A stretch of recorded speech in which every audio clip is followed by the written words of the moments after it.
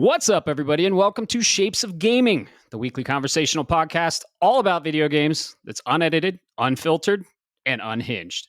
I'm one of your hosts, Matt Stenson, Neocharge on PSN, and joining me, as always, we're on episode number 19 now, is the Retro Gaming Encyclopedia, Bob Harriman, Leon Lyon Hartley on PSN.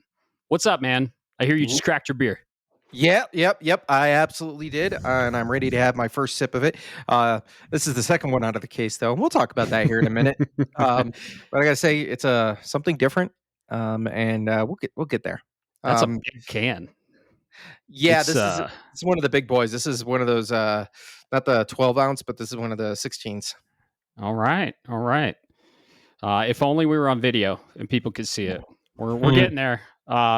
The post processing is a lot more intricate with video. So we're talking 4 times the length to post process. So we're trying to figure that one out because we both game and we record these on Wednesday evenings after work because we both have full-time jobs. And man, I got to get it posted and scheduled for the day after. So I don't know. I don't even know if it would post-process. The post-processing would be in that window. So we gotta test it. But we'll figure it out. We'll be on video for you all soon. So yeah. So what are we drinking? Let's get into it. Oh, just right into it. Raw dog, no warm up. Right into it. Yeah. All right. So this one came from when my wife was at the at my favorite liquor store, Cheers, here in the Springs. Great beer selection. It's a good one. We got a lot. They got a lot, but I go there for the beer. And she doesn't drink beer, so when she said, "Well, what do you want?" I was like, "You know what kind of flavor profiles I like? Just go to the craft beer section, close your eyes, pick randomly, and I'll make it work." Right. So she got me from Emporium. Emporium Brewing, which is in Denver. This one's called the Conditions of My Parole. It is a coffee blonde ale. Ooh, and I got to tell you, Matt, I wish I had my cup with me. I'd pour it out. It is blonde ale, as in it looks like a light beer, and it tastes like coffee. Like you can just literally, I'm drinking a cup of coffee with that little back end of the ale flavor going in there. I'm pleasantly surprised, and she did a really good job picking this one out. So I definitely recommend checking it out. Emporium Brewing out of Denver. What about you, man? Very nice. Very nice.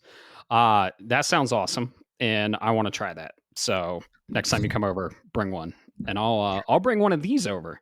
So I'm going with Crooked Stave. I like Crooked Stave. They're out of Denver, Colorado. And this is kind of, I went into the liquor store, right? And I was like, I'm going to give me a fall beer. We're not in fall yet, but I'm feeling a fall beer. But this one kind of called to me. It's not a fall beer, but it's somewhere in between. It's like somewhere in between light and dark. It's an amber ale, and it's called Road Tripper. Ooh, so you have my attention. Yeah, this one kind of called to me because I kind of want to go on a road trip soon. And the description is a small hoppy amber brew that takes your taste buds on an adventurous journey with every sip. It's very malty. It's a pretty light amber ale, which I appreciate. Little bitter, so the IBUs are a little high, but I like it. And it's very good. And it's kind of a transition beer, right? You get all the light, fruity wheats and pilsners in the summer, and then you go to your Oktoberfest, your pumpkin beers, your really heavy Marzens in the fall. This is kind of like somewhere in between. So it's a little transition between summer and fall. And I got to say, fall is the best time for beer, and I am super excited. We are in September now, aren't we, Bob? Not like you could tell right now. Dude, so for those that don't know, we're at the end of what we call this like fall. It's a false fall, kind of like we have a false spring here. And this is, we had 2.5 weeks of beautiful weather. So I turned off the AC. I opened up the windows. I like it really cold. So I put a box fan in my bedroom window, and then I just turn it on high, and it sits there 24/7. and you can relate to this, Matt, but for people that don't know, it gets down to like 50 degrees here in Colorado when it starts to hit fall at night. So it's Hmm. 50 degrees, and I've got a box fan just blowing all of that cool air right into my room. Just it's beautiful time. And then we get like today, and it's projected for tomorrow, where suddenly we're back in the 80s as our high. Um, I know I probably sound like a UK individual right now, like, oh man, this bloody heat wave. I know, bad accent. I get it. It was on No, that was purpose, great. folks. That was great. But yeah, it doesn't feel like it, and I'm looking forward because after this week, it's supposed to cool back down, man. Yeah, yeah, I love me some hoodie weather. I was just outside. It was like 85 and sunny today. Gorgeous, but yeah, a little hot. So I'm ready for fall. I like one wheeling in the fall. That's awesome. And hoodie weather. Fall, I think, is the best season out here. Wouldn't you say? Yeah, I could definitely see that objectively. I have to take my own perspective out of this, my own preferences. But Hmm. fall is really great around here. Springtime, you get hit with essentially just all of this hail and that heavy rain, Right. and then you get it right at the tail end of summer. But then once fall hits, man, it's not super cold. You don't have the snow, which I love and I prefer all of that, but it's like that nice in between. You can have the AC off, the windows are open, you get Yep. that sun in the morning. Dude, it's legendary here. Heck yeah. And if you're listening and you don't know where we're recording from, most of you know, most of our listeners are return listeners. But if you're a new listener, we're in beautiful Colorado Springs, Colorado. And we're about 6,800 feet above sea level, super dry. So we get the dry heat, we get the dry cold, and we are higher than Denver. So we're higher than the Mile High City. And yeah, we're like, I don't know, 4,000 feet below tree line. So we're pretty high up here. Yeah, Beer higher. hits you. Yeah. I was gonna say higher than a fly at Willie Nelson's house. Am I right, folks? Oh yeah, and everything hits you harder up here. So beer or your substance of choice, whatever you choose, because the your blood is thinner up here at higher altitudes, so everything flows more. And the Olympic Training Center is in our city because that's where the Olympians train, so they can be basically superhuman at sea level because the air is thinner up here. If you can strength train here, going down to sea level and running is like you're uh, sucking a ton more air in. Let's just say that. So altitude's interesting because when I moved out here, we just went up to Pikes Peak and we went to Cripple Creek immediately and started drinking. And oh boy, I learned real quick. Yeah. No, you're right, and it makes it really interesting. I don't know if I ever told you this, there, bud, but you when you go from that high to the low, a lot of people suck wind when they're in the high altitude, and then when they go back down to sea level, they feel like they can run like the wind. I'm Mm-hmm. actually the exact opposite of that. Hmm. I suck for a little while up here if I were to get back into cardio, right? Um, but after a while, the thinner air makes it easier for me to move, and then it Yeah. requires less energy because when you're running, it's all about keeping that momentum, and because Right. air is a fluid, I move through that fluidity much easier. So when I go back down to when I used to do a lot of the heavy running, I'd go back down to sea level. My run times would actually get worse because I felt like I was literally Huh. swimming through the air, versus being up here, and then I could run 2 miles in 11 and a half minutes. But Gotcha. after decades of smoking and drinking and all kinds of other illicit stuff, probably not anymore. Right. Could be the humidity too, because I was just in Ohio. I recently did like a 32-mile fucking one wheel, no problem. Got a little sore, but nothing crazy. Dude, I walked a quarter mile in Ohio and it was about, I don't know, 85 degrees. I felt like I was swimming. Like the humidity is just dreadful there. So, but hey, to each their own. We like it here in our dry climate, in our high climate. So, how's life been, Bob? How was your week? We hung out recently. We hung out for Labor Day. We were at a good friend and listener of the show, Alex. Played some Hollow Knight, ate some slot dogs, played some Smash. That was fun. So, how's your week been? Oh, not too bad. I mean, work's been crazy this week. Just a pickup of, yeah, how it goes in the IT field. Everything's quiet, and then something breaks, and everything's all hell.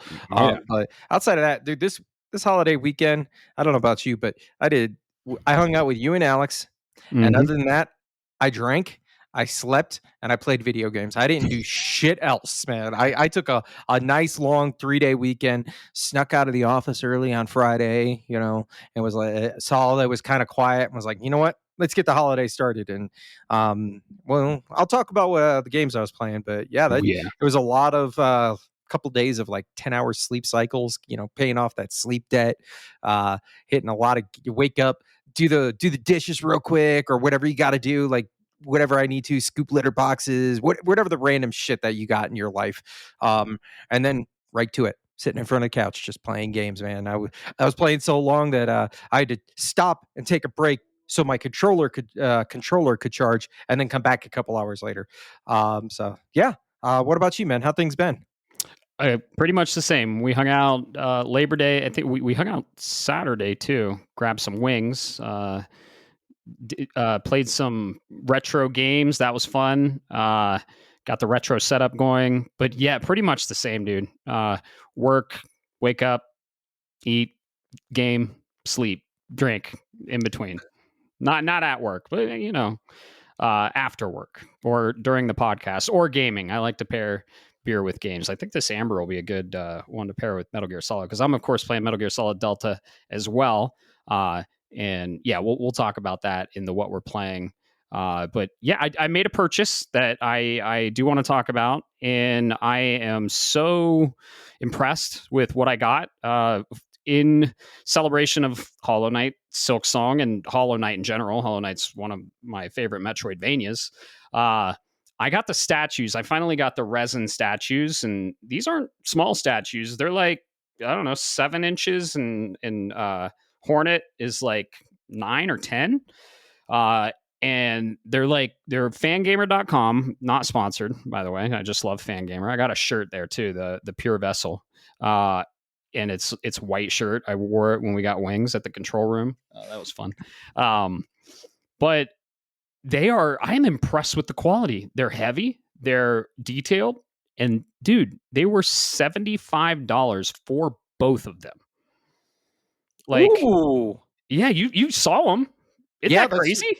dude. That's wild considering the quality that you're getting out of these. Mm-hmm. You gotta if you take like I'm sorry guys, I'm gonna butcher this because I'm not a Hollow Knight player, but you take the one with the red dress, Hornet.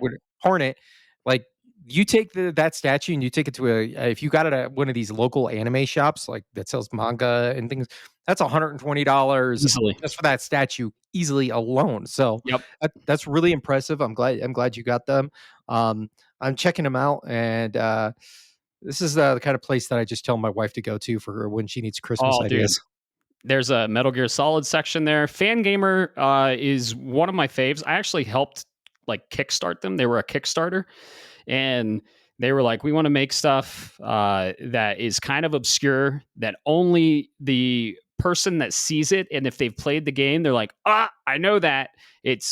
But that was before. Now they're kind of licensed and they do have partnerships, but they still have shirts. I wear a lot of their shirts actually. If you ever see, like, most of my gaming shirts are a fan gamer, and it's the kind of obscure shit that someone's like, I like your shirt. And if they call out the name of the game, they played it. Like, I have Yep. a Foxhound shirt that just has a fox and it's obscure. And then I have another Metal Gear Solid shirt. It's gray. It has a T-Rex face and it has Shadow Moses, and that's all it says. And you wouldn't know what it is unless you played Metal Gear Solid. So, Yo, yeah. Oh, yeah. dude. Oh, I kind of low key want this. Sorry, I'm Of browsing course. while he's going, folks. All They've got good. a vinyl set for Blast Core. Do you remember that Mm, game? yep. Oh yeah. They got a lot of cool shit. So I got the statues there. I got a lot of shirts from there. Fangamer.com or .net. I forget what it is. It's They .com. Yeah, fangamer.com. We're not sponsored. We just love them, just like Game Informer, Fangamer. They have a lot of really cool shit, reasonably priced. And yeah, I think Team Cherry was behind this because it is official Team Cherry merch. And they were like, nah, let's give the statue for a good price, just like they're giving Hollow Knight Silksong for a good price. God bless that developer. They are incredible. So Yeah, giving away. They're leaving so much money on the table. I We'll know. we'll Oh yeah, that's a piece of the news. But yeah, I'll post a picture of those statues in the Discord. But I love them. They're super detailed, and they have some girth and some weight to them. And yeah, I got the ghost or the knight, whatever you prefer, and then Hornet. I'm so excited for Silk Song. But yeah, that was a purchase I made, and shout out to Fangamer. So other than that, been setting up the retro area. I'm gonna call it Retro Lounge. It's part of the rec room here. Yeah. So I'm getting all that set up, and yeah, man, just living it up, living it up. So what do you say we get into some housekeeping? Because we got some stuff to talk about. Somebody says housekeeping. I'm like, oh, but no, Right, I'm right. just kidding. I'm just kidding, folks. Yeah, let's jump right into this shit. Let's do it. So first off, where can all of these lovely listeners, if they don't know, find us online? Where do they go, Bob? Bangbus.com. Oh God, don't go there. No, Or don't go do there, folks. in a private browser. Do it in the private browser. Yeah. No, in all seriousness, you're going to find us with our landing page and all of our socials at shapesofgaming.com. You'll see everything there, including the links to our Discord. Come join the community. You get to see the social sites. We got a community manager out there now helping us out, a member of the community as well. Altier 23. Get that right there, Matt. Yep. So Shout out to him. We're trying to keep up to date and keep the socials a little more lively. So we're working on that. So yeah. Yep. But yeah, go to shapesgaming.com. You'll get to the landing page. It's not an actual like cool website with all the graphics. It's just a redirect to our link tree, so you can boom, boom, boom, one stop shop, hit it all up. And then while you're there and you're checking everything out, make sure to give us a nice little thumbs up. Give us all the great praise that you can, or don't. I don't do what you do. Yeah. I'm not your fucking mother. Mm-mm. But at the very least, come join this community and come say hi and be help shape the conversation. Yep. And talk about games. And we have channels for shit, everything. We had channels for Pokemon, Magic, pretty much anything you can think of. And if you want a different channel or a new channel, let us know. We'll probably create it. So it's been fun. We're having a lot of fun on there. So come join us. And yeah, like Bob said, leave us a like, subscribe, and do all the cool shit, or don't, and just listen to the podcast and have fun. Yeah, so we've been having fun there. And we speaking of channels, we have a fantasy draft channel, because we're in a fantasy draft, and we do a monthly update at the end of the month. The podcast, I mean, technically this is the beginning of the month, but whatever, semantics. It's closest to the end of the month. So the end of the month was Sunday. This is Wednesday, technically Thursday when you're listening to it. But anyway, this is the state of the draft. So this draft, fantasy draft, basically fantasy football, except with video games. The scores give you points. You have fake money you can use to bid, pick up games. You draft 8 games. You bid on 5. And we're gonna go over the standings and the games that recently released. So let's see here. What was the first release of the year? We got Sword of the Sea. Yep. Sword of the Sea. Fantastic game. Holy shit. You played it. I finished it. I kind of want to go back and platinum it, but there's a lot of fucking games coming out in September, which we'll talk about. But go ahead. No. You're absolutely right. I was just going to say, not the first game released of the year, but of the month. Right. Of the month, not the of the year. cycle, whatever way you want to say it, I guess. Fuck it, I don't care. Yeah, not the first of the year, of the month. It is Sword of the Sea, a game by a Giant Squid. I picked this one up, and I'm glad I did. This was actually a core draft of mine, one of the core 8 or 9. I forget what we did, 8 or 9. I don't know. Let me look at solos, because he'll tell us 1, 2, 3, 4, 5, 6, 7, 8, 9. So yeah, I really like this game, and it got an 87, so it netted me 17 points. So that's cool. Gears of War Reloaded, shit, another one of mine. I picked it up. It recently lowered to a 79, which is netting me 9 points. Anything over 70 is going to be 1 point. Anything or 70 or 80 is going to be 1 point. Anything over 90 is going to be 2 points. And uh, from the lesson that I learned, anything under 60 is going to be negative points, which I actually got a negative this month, and I'm not too happy about it. Metal Gear Solid Snake Eater, though, what a pickup, dude. This was one of your core drafts, and tell everyone the amount of points you got on this one. So this is so you kind of get that sense. This scored an 86, and these come from Open Critic. Yes, And it's aggregated. I don't know how they do the math, nor do I care. But it scored an 86, which means I picked up a solid 16 points off of this one. Um, yeah, yeah. Let's just say there's been a game I've been playing this weekend. same here. We're gonna talk all about it. Let's see. Yeah, Lost Soul aside, holy shit, who could have saw this coming? I knew I was a little iffy about this. I trusted it. PlayStation was backing it. Didn't think it'd get the fucking score it got. It's sitting at a 66, and it's a -6. It's 64 or 66. I don't know, but I got -6 points on that motherfucker. Shit. Yeah, I yeah, yeah. played it. I played the demo. You watched the demo. We liked what we saw. I liked what I played, but of course that's a vertical slice, right? Of the whole game. And there were some problems with the impact of the combat. Like when you hit something, it felt like maybe you had like foam swords or something. You know what I mean? What did you think of when you saw it? I mean, it did the combat looked floaty, in some regard. It looked very visually, like effects and things that like that. It looked really good. I think it kind of reminded me of this like weird era of from because this game's been in development forever of Devil May Cry and Final Fantasy 15 kind of like smushed together and had themselves a little baby. Yeah. What I saw out of it. I can't speak to the story. From my understanding, the technical performance is fine. You probably speak better to that than me. Yeah. I'll save it for what we're playing because it was a demo that I played recently, and I'll talk about that. And lastly, Shinobi Art of Vengeance. I played the demo of this game.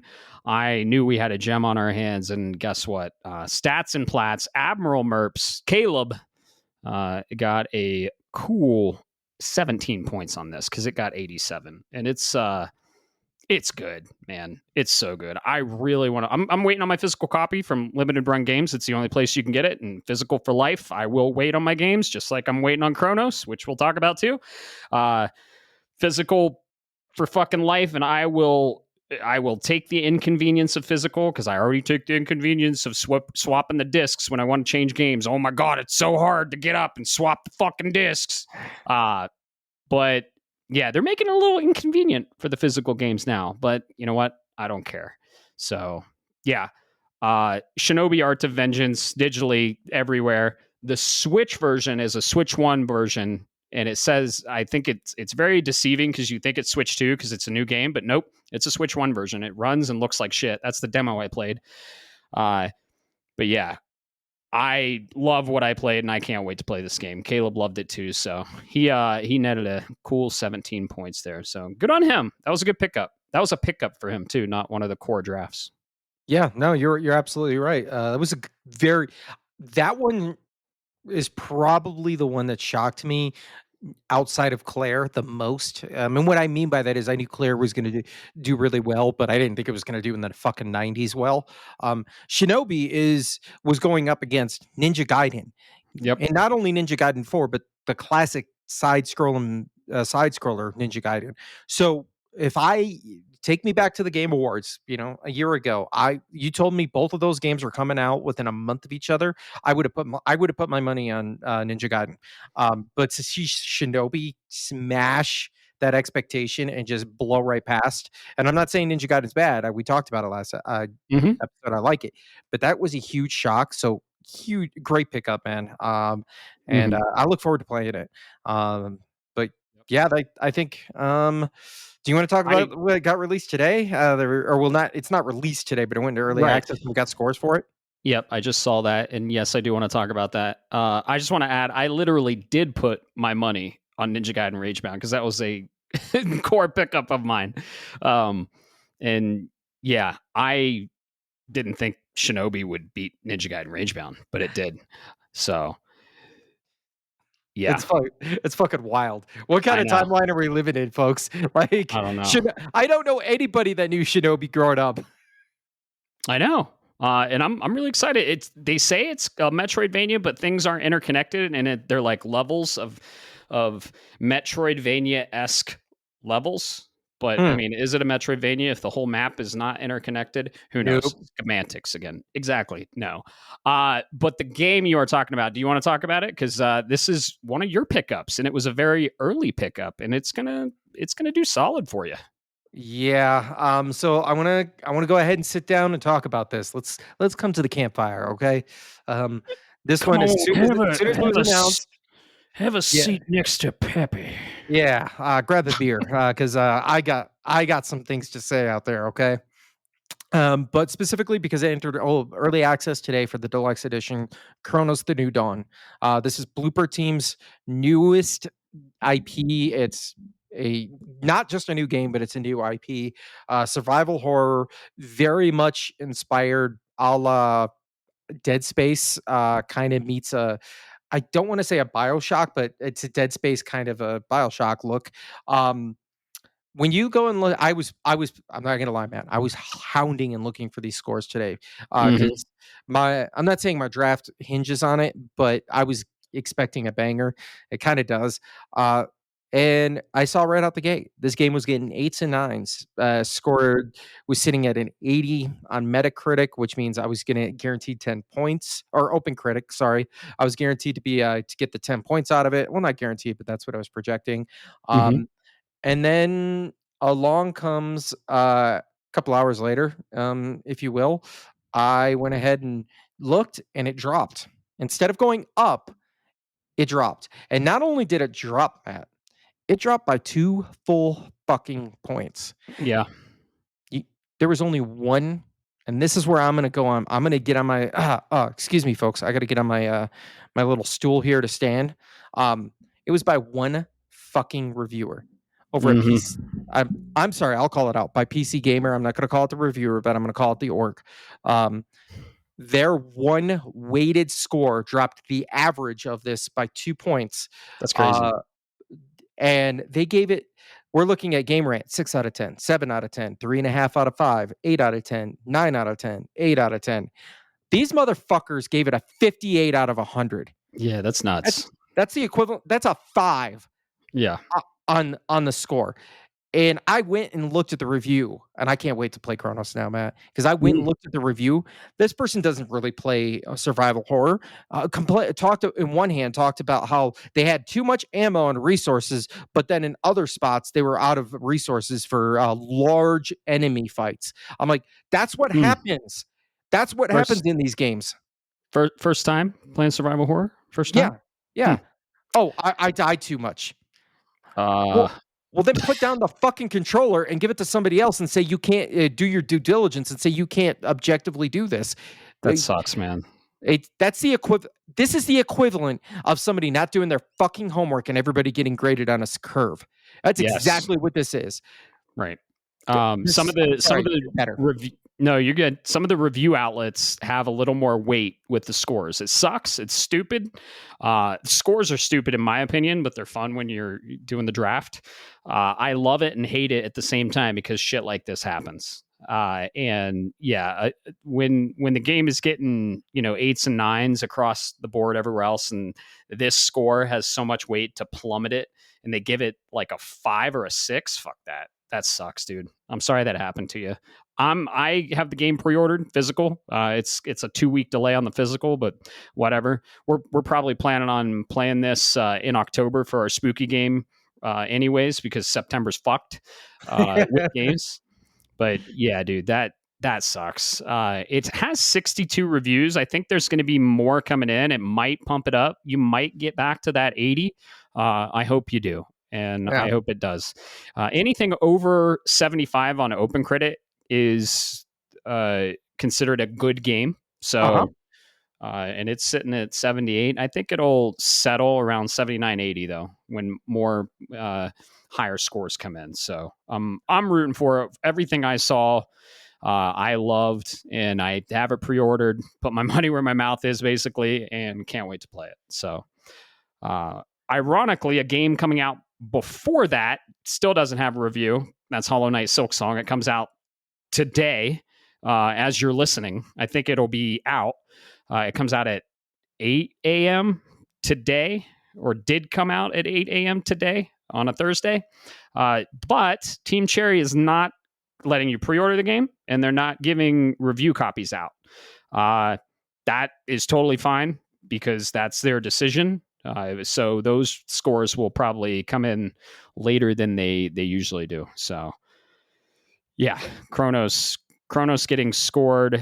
I think it'll simmer it at 80 for you. And I'm very excited to play it. I can't wait. And yeah, it does have a Bioshock feel for sure. And a female protagonist, which is really cool. In a suit. I'm a big fan of female protagonists in a power suit. You know what I'm saying? Look at my fucking shirt. Speaking of fan gamer, I actually Oh, have a fan shit. gamer shirt on. Oh, So that's what that is. Oh, no, yeah, those are the boots. Gotcha. That's they're fucking they're the space jump boots. So you wouldn't know what it is unless you played the game. So yeah.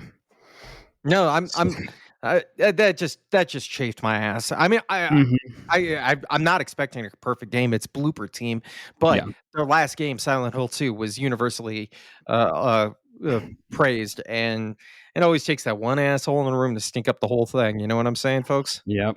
Yep. To wrap this up, we're going to let's see what we got coming up. Right, we got Borderlands 4 Mm-hmm. for solo, and unfortunately, I got to say this, Bob. This is your counter pick, Yeah, yeah. No, and I deserve it's it. I deserve it. so we'll see how that does. I think Borderlands 4 is going to do really well. The previews are doing really well, so I'm all in on that game. We're both all in. That's probably a game I'll go right into after Hollow Knight Silksong. We also have Trails in the Sky first chapter. That's Stats and Plats. That is also a counter pick by someone who counterpicked that. That is counterpicked by Mystic, Fallen Wake, Mystic rank, and he's doing pretty good. And we have Silent Hill F. That was a pickup by you. Yep. So that's going to do really well. And a very early pickup that you planted your flag. You said, this is coming out, picked it up before it was even announced. You got Final Fantasy Tactics, the Evil East Chronicles. And that is going to be coming out the end of this month. So I think those two games are going to get you some good points, man. Yeah, absolutely. I think we're still. I know I've still got a big hitter in the box, and it's coming late in the year. Two big ones that are coming at the end of the year as well. So, not losing hope, but definitely look forward to Chronos. Like you said, and I will tell you, Borderlands 4. I think it's going to score really well. But chatting with a buddy of mine who plays games when he can nowadays. He's a very busy individual, so he doesn't get a lot of time. Um, he asked me if on my opinion, if Borderlands 4 was going to be worth getting or pre-ordering. And the reason I say this, and this is why sometimes, as a wise man said, it's best to keep your mouth shut and let everybody think you're a fool. Because Randy Pitchford went and opened his mouth a few months back on Twitter, and whether people you got to understand, even if your message is 100% clear and understood by the core individuals who are listening, the outside individuals, the I don't know, visitors, the vacationers The aren't filthy going to casuals. No, the casual. Well, you say it if you will. I'm kidding. They're not going to understand the message. And he was still thinking he didn't understand what had happened and how the sequence of events, because most notably, for those that don't understand, somebody asked on Twitter, said, please, please, and please don't make Borderlands 4 $80. And Randy said, it's not my call. And B, if you're a real gamer, you'll figure out how to make it happen. I went on this whole diatribe, and then he doubled down and didn't open his mouth. My buddy understood it as Randy said, no, the game's going to be $80. And then it came out as 70. Exactly, right? That's why the message got lost. So Ugh. shut your mouth. So I still think Borderlands 4 is going to do really well, but its sales are going to linger for a little bit because of, well, somebody who can't keep his mouth shut sometimes. Yeah, we'll see. It's a shame because he did that, and there's a huge dev team behind this game. There's a bunch of artists, a lot of designers, story writers, programmers, animator, all kind of like a huge team behind this, and then he has to say something to kind of stain their art a little bit. But hopefully it doesn't affect it too much. We're both big fans of Borderlands. Hell, you have a fucking tattoo on your arm of the vault symbol, and we're all in on this. So I'm rooting for it. You're rooting for it, and I hope it does good. But yeah, Randy Pitchford, just you could have just said, I don't make the call, and that's it. Just keep it there, right? You don't know everyone's financial situation. You don't know what they're going through. Just keep it right there. Don't say you're not a real fan if you don't give us this amount of money. So whatever. So yeah, just Twitter is like that sometimes. So Yep, absolutely, man. yeah.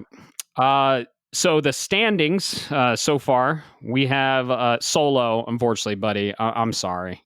Solo is in dead last, and he's going to stay there because he doesn't have any money to pick up any new games. So fifth, Solo got fifth in this draft. He got dead last. He'll learn for next year. You are sitting at fourth with 83 points. Solo's sitting there at 69.99. Fallen Wake is sitting at third, 87.46 points. Wow, look at that. Admiral Merps is sitting at second with 111.11 points. 5 ones. Holy shit, that's crazy.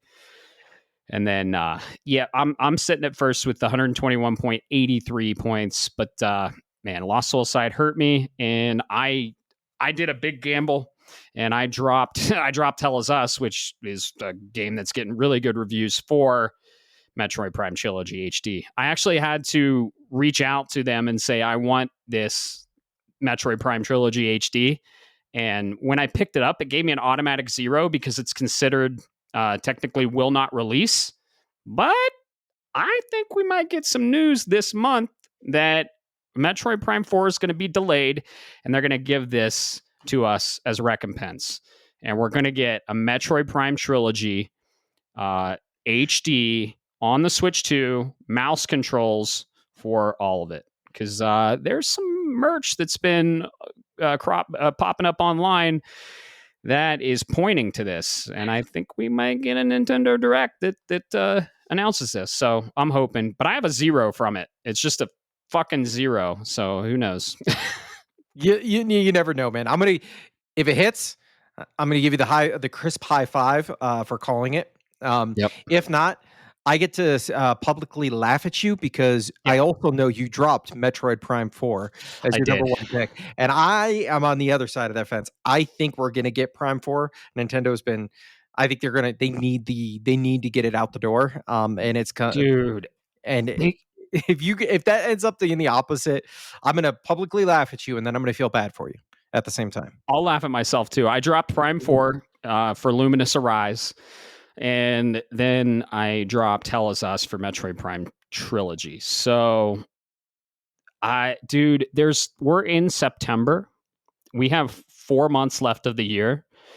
Usually Nintendo likes to lead up and give us a release date for their marquee first party crown jewel releases, and I feel like Prime 4 has got to be one of these, like Metroid, Zelda, Mario, Donkey Kong, Star Fox. Like this is a core Nintendo IP. I really don't think they're going to shadow drop Prime 4. However, I would not fucking put it past Nintendo because they did it for Prime Remastered. They don't fucking care about Samus, poor girl. And we all do. And we want to give them money for this, but they just don't. I don't know. We got Dread, thank God. And that was great. That was my game of the year. I love Metroid. I know a lot of people that love Metroid, but Nintendo just doesn't seem to love Metroid. And they have this incredible IP with this incredible protagonist, a strong female lead in a fucking power suit that is just has one of the coolest character models ever and one of the coolest settings. She's a bounty hunter in fucking space, and I don't know what the fuck Nintendo's doing, but I could see him just shadow dropping like, "Oh, Metroid Prime 4 is available now." Oh, they I could see them doing it. Fuckers. And you're right. You're right, Matt. Think about it. All right, so think about what's come out recently that's like bigger games for them. So obviously we had Donkey Kong, and then we had Echoes of Wisdom.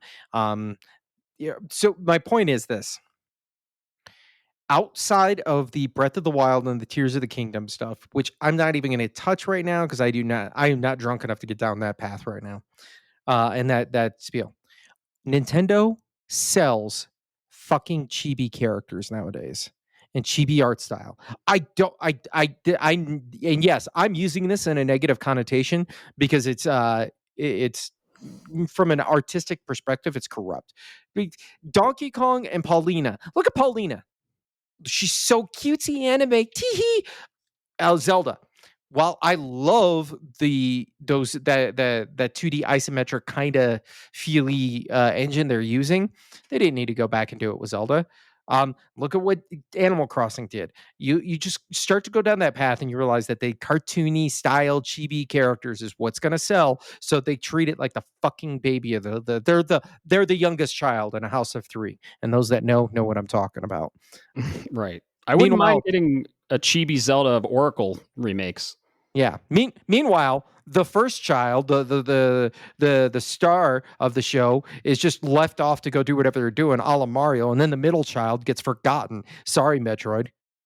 God, dude, if they have a bigger lead up with Kirby Air Riders, the fucking remaster, remake, whatever it is, if they have a bigger lead up than that with Metroid Prime 4, I'm gonna be pissed. I'll say it right here on the cast. If Metroid Prime 4 gets if Metroid Prime 4 gets shadow dropped, I keep my Switch.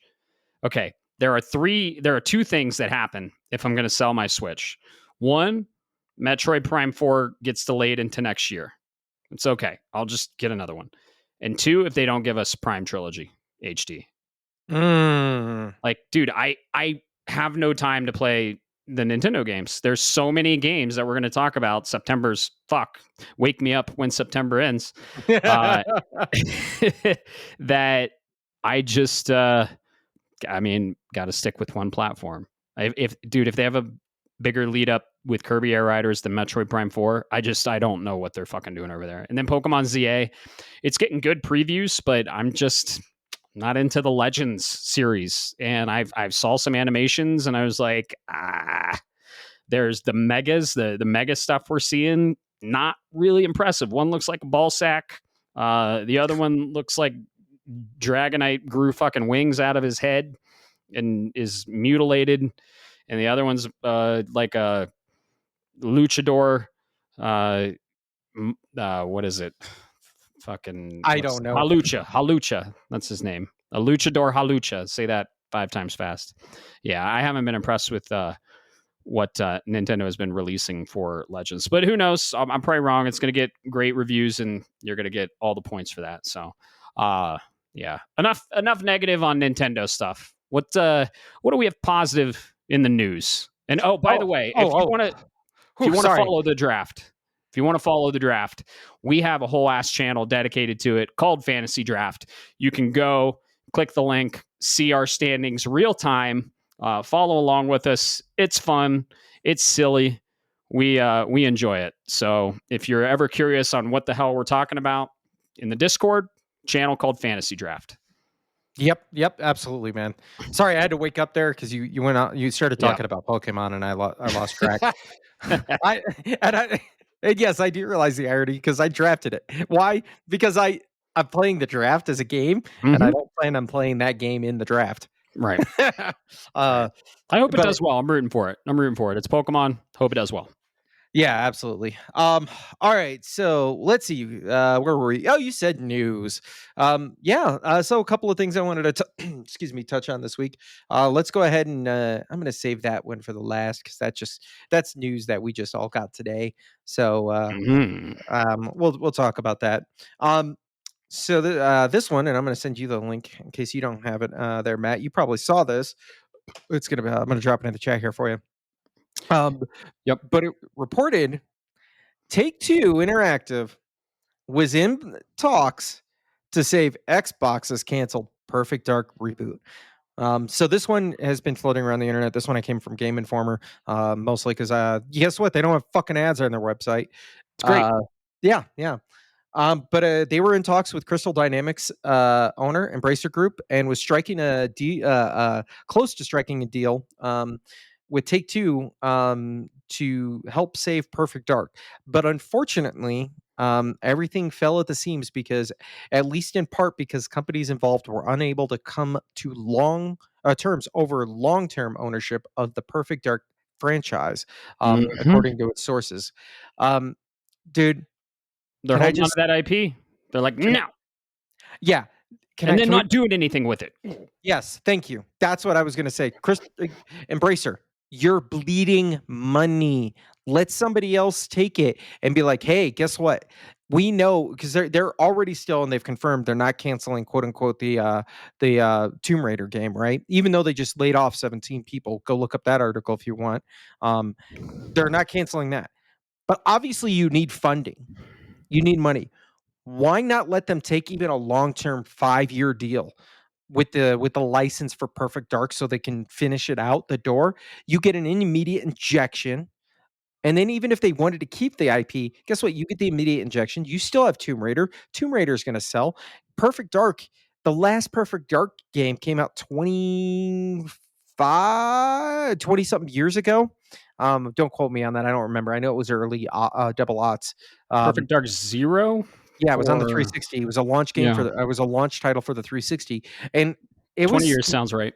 yeah, it was very mid at the for a game. So Perfect Dark has been dormant for a long time. People are excited about it, but the Hmm. people that are excited about it are people like you and me. We're elder millennials, early uh Yep. even the younger millennials. Those people knew Perfect Dark. Young kids nowadays, they don't. The best you're going to get out of it is maybe a Joanna Dark costume in Fortnite or skin or whatever they want to call it. So take it, learn, man. You're not gonna do anything with it. Right. I don't know. I don't know who's making the decisions over there, but even my ass 6 beers in can make better fucking business decisions. Yeah. I couldn't agree more. These companies keep just sitting on these IPs just to have them, not doing anything with them. Microsoft and Banjo Kazooie, just saying, and they just keep doing this, and then we get games canceled, and yeah. Uh, what's a positive piece of news? I was like, let's stop all this Nintendo negativity and talk Uh, about. I I was gonna say I got to everything else is positive right now, or at least from Awesome. well, one thing not so Did much. we did we talk about the Judas details? Do we want to talk about No, that? Let's talk. that's where I You, was going next, okay, 'cause you beautiful. want a positive. This came out right, the same day as we Yep. recorded last week, Yep. so that makes sense why we didn't get a chance to touch on it, because it came out, like, 2 hours before we started recording, and I didn't get it. Hmm. I missed it. But yeah, Ken Levine, the creative genius that he is, and if you don't know who Ken Levine is, just go look at the game called BioShock and System Shock 2, and then just go from there, right? Lead creative director of Irrational Games, created fucking all the Bioshocks and had a hand in System Shock as well. So he's a Mhm. legend. He's a legend. Yes. Yes, he is. So, uh, he, uh, he's been making quietly in the dark. I think this was announced back in what 2023, 2022. He was making a game called Judas. And everybody got excited. Hey, return to form. Ken Levine's been quiet since Infinite, which came out in 2016, something like that, 2014. Uh, and been quiet. And then everything went dark. I picked it up on the draft this year, thinking it was coming because it Hmm. was heavily rumored, and then it got dropped. And then I dropped it because I knew it was. I had that feeling. But he came out, did an interview, and talked a little bit more about this game. Um, you can go look online. There are plenty of different places to go look into this. But I did want to touch one thing with this, Matt. Um, Touch it. it, ooh, giggity. Hey. Hmm. Oh. So alongside with some key art that was released, Levine shared that his Ghost Story Games has just finished a major milestone it calls Villainy. The Hmm. director writes that villainy is a central feature of Judas and that your actions will attract members of the big three to you as friends or turn them into foes. Quote, when you play Bioshock or Bioshock Infinite, the villain is always going to be the villain, Levine writes in his blog. Fontaine, Comstock, they're always going to be the bad guys. In Judas, your actions will attract members of the big three to you as friends, but ignore one of them enough, and they will become a villain. From there, you will get access to a new suite of powers to subvert your actions and goals. End quote. Dude, that right there sounds ambitious as all fucking get out. Yeah, it's crazy the development and programming that goes behind this. Uh, I'm a little torn because one of the best parts of Bioshock was Andrew Ryan, uh, and he had a villain role. Let's just say that. But the true villain, I think you said it, but Mm, I probably, think, but yeah, see, and don't that's allude okay. to it. No, no, no. We're not going to allude to it because Bioshock has, yeah, an incredible story. But the it's kind of like a choose your own adventure. I like it. It'll add replayability, right?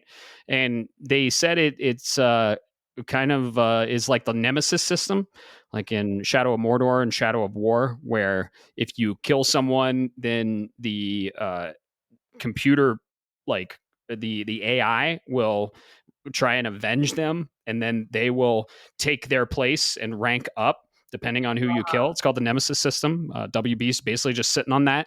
But I like this. It's ambitious. It's kind of a choose your own adventure, which we'll see how it plays out. I'm super excited for Judas. I'm there day one. I fucking love Bioshock, and I will play anything the man Ken Levine creates. He's a gem.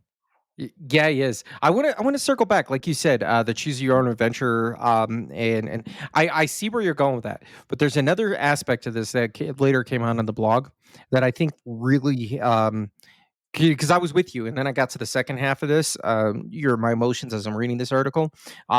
So, quote. In Bioshock Infinite, there was a lot of energy invested into developing your relationship with Elizabeth, Levine writes. By the end of the game, you knew everything about her, her abilities, her hopes, and dreams. But the truth is, she knew almost nothing about you, the gamer playing Booker.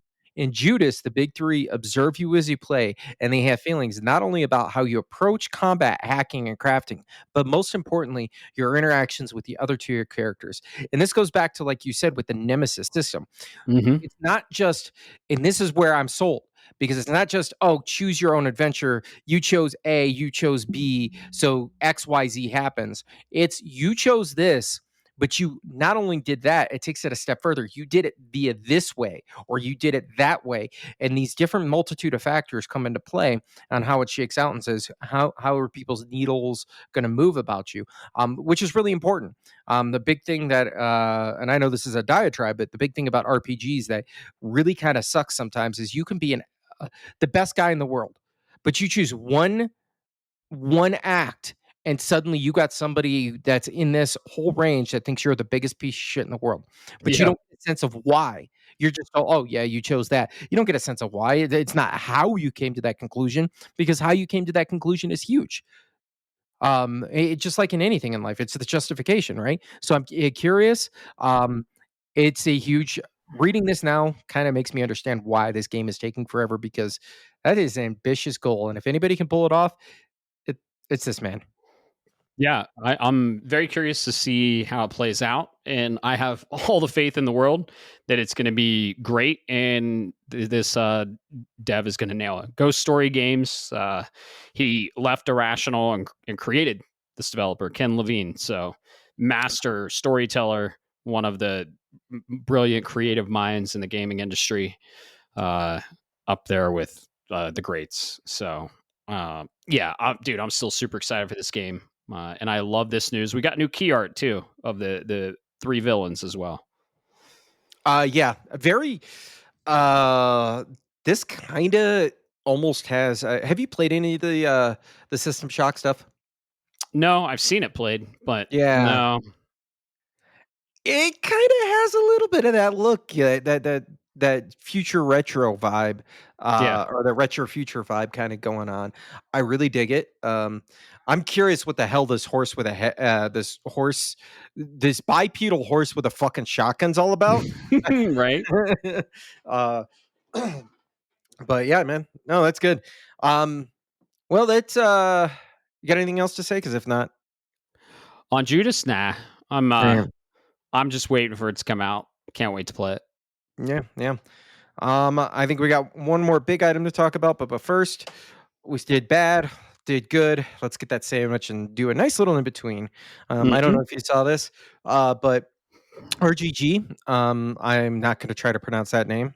They're just Ryugaku Goto Studio. I am terrible, folks, but better known as RGG. Announced they will be holding a summit next month. When this was written. So for September, September 24th, 4 a.m. Pacific time. So good luck getting up for that one. And it's going to a RGG Direct following, and it will give a closer look at some of the studio's latest announcements. If you're not aware, RGG is best known for their Yakuza slash Like a Dragon series. They cook and they're damn near annualize these games, which is funny because they're all really good. Um, yeah, looking at this coming up, I'm curious. You got any? I've been trying to theory craft. What do you think they're cooking over there, Matt? I have no idea. I know we're getting the Project Century. I know it has a name now, but I that game looks cool. That's kind of a deviation from the Yakuza games. Uh, Virtual Fighter, I think they do as well, right? Yes, they do. And it's Stranger So Than Heaven, by the way, is what Stranger you're. Than Heaven. Yep. We recently got a name for that game, but we got Stranger Than Heaven. Probably another Yakuza on the way. Probably themed uh, like a knight or like a I don't know, like a astronaut. We got like a dragon, like a pirate. I think they're gonna continue that theme. Uh, like a Viking. I don't know. Um, but yeah, I haven't played any of the Yakuza games. They seem up my alley. It's just not a series that I have time to invest and get into. But and I don't play Virtua Fighter. Stranger Than Heaven piqued my interest, depending on how it plays. But yeah, we might see some new stuff from them. I'm excited. They're a good dev. I know you play a lot of the Yakuza games. Yeah, yeah. Well, I put a lot of time into them. Let's say that. Yeah. You're right. They do take a lot. I haven't gotten to Like a Pirate this year, and I want to. If anybody for if you ever do get around to it, because there's so many of them, take it from me, you could jump right into the Like a Dragon series, and be fine. You would understand conceptually that there's things that you're like, oh, there's probably backstory to this from a different game, but I don't understand it necessarily. But you don't care.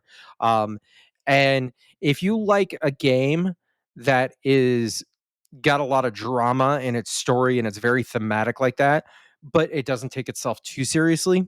The Yakuza games are there right there for you. Like a pirate, for example.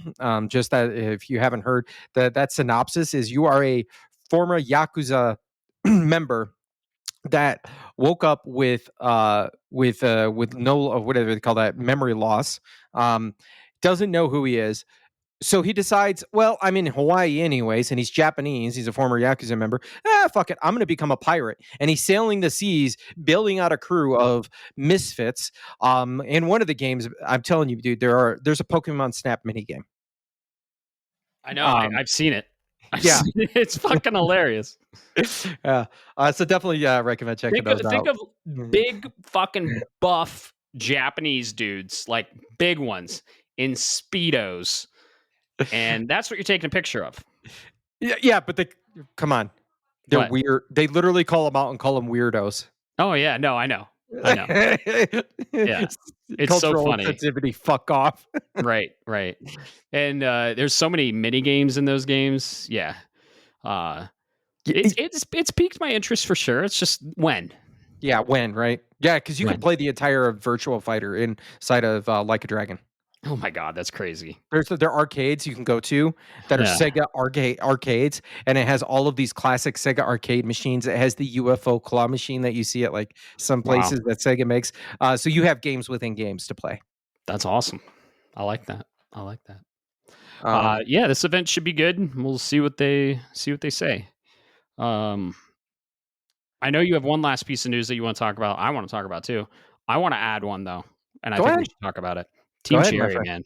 man. Shout out to fucking Team Cherry. They confirmed that Hollow Knight Silk Song is going to be $20. And on top of that, if you backed Hollow Knight on Kickstarter, you get a free fucking code for Silk Song. A lot of people don't know this, but Silk Song was originally DLC for Hollow Knight. I got into Hollow Knight a little late. And when I say a little late, it was shortly after release because it originally released exclusive for the Nintendo Switch and it didn't run great. And I was waiting for them to port it to PS4 to get the better running version. And I did. I waited and I got that day one. So I didn't back Hollow Knight. I played it day one on PS4. I think it's called the Void Heart Edition. And so people that backed Hollow Knight, originally a Kickstarter, what a fucking Kickstarter, man. Incredible. That and Sea of Stars, man. Holy shit. Amazing success stories on Kickstarter. I love Kickstarter when you have success stories, not Mighty Number 9 with games. Bloodstained was kickstarted and we're getting a sequel for that. I helped do that. But yeah, the backers of Hollow Knight are going to get Silksong free, and for anyone else, it's $20. And they said this game is probably more in depth, more bosses than Hollow Knight. Like, dude, shout out to Team Cherry. They could have sold this game easily for probably the amount of content we're getting, the amount of time that it was developed, and the probably how well this game is going to do for $50. I would have bought it. I'm going to buy it twice. I'm going to buy digital and physical when Fangamer has it. Like, they're just, but they were like, nah, we're good, and we don't want to gouge consumers or fans of the series, and they're like, probably everyone's probably having a tough time, so here you go, $20, enjoy our game. Those are the fucking devs that I just want to throw money at. On the other side, you have this fucking Activision and Call of Duty churning out another fucking sequel for what, $70 and like $100 edition, and it's just an annual thing. Silksong has been in development for so long; it's all hand drawn. There's so much that's gone into this game, and they're selling for $20. Like, God fucking bless them, dude. Like, I just want to throw money at them. Honestly, I want to support these devs that are doing the right thing. They're not chasing money and they're not seeing us as profit margins. They're just like, here's a game we love and we crafted for you, and we hope you enjoy it. Give us a little money because it's a transaction and we're a business and you got to buy the fucking game, right? But here, enjoy. That's what Yo, it's all about, man. you're absolutely right, dude. Shout out to them. I'm not drunk enough to go on to my anti-corporate diatribe, but that's capitalism. They're dropping a Mhm. bomb, and we talked about a lot of indie devs are getting out of the way of this, but So many, dude. they're not. Team Cherry, I don't believe they're not on for public. They're privately owned, kind of like Valve or Yeah, Steam. They're self-publishing. they're self-publishing, privately owned. Guess what? They don't answer to fucking No. shareholders. They don't have to make quarterly profits. Otherwise, some people are going to lose their jobs, but the CEO is going to get fucking promoted. Yeah. Did you hear This, why it took so long to make it what they said? We yeah, they were having they too were much like, fun. Yeah, they're like, "We're kinda having too much fun playing our game. Sorry it's taking so long, but we'll get it to you when we get it to you." I Yeah. was like, "Fuck yeah, dude. That's what it's all about." Sh give I don't even play Hollow Knight, and I'm like, "Guys, how can I support you?" That is where I'm at right now with with Team Cherry. They could have charged $30 instead of 20, and Easily. people would have still easily, and people still would have paid for it. $30, so you do 10, if you do the math right now, Matt, and let's say last we checked, the numbers were 15 million Mhm. of Hollow Knight? Yep. Hollow Knight. So you do the 10 multiplied by the 15 million. They're leaving That's 150 million on the table. yeah, yeah. Just that's gener. I couldn't imagine what to do with 150 million dollars, let alone divided by the what 22 people they've got working there, or even Yeah, 40. right. That's dude, that's life changing money. That's fuck you. I'm going. I'm just gonna play games for the rest of my life money, and they left it Mhm. all on the table. Yeah, and I think they got the "fuck you" money from Hollow Knight because, I mean, Hollow Knight's a raging success, multi-platform.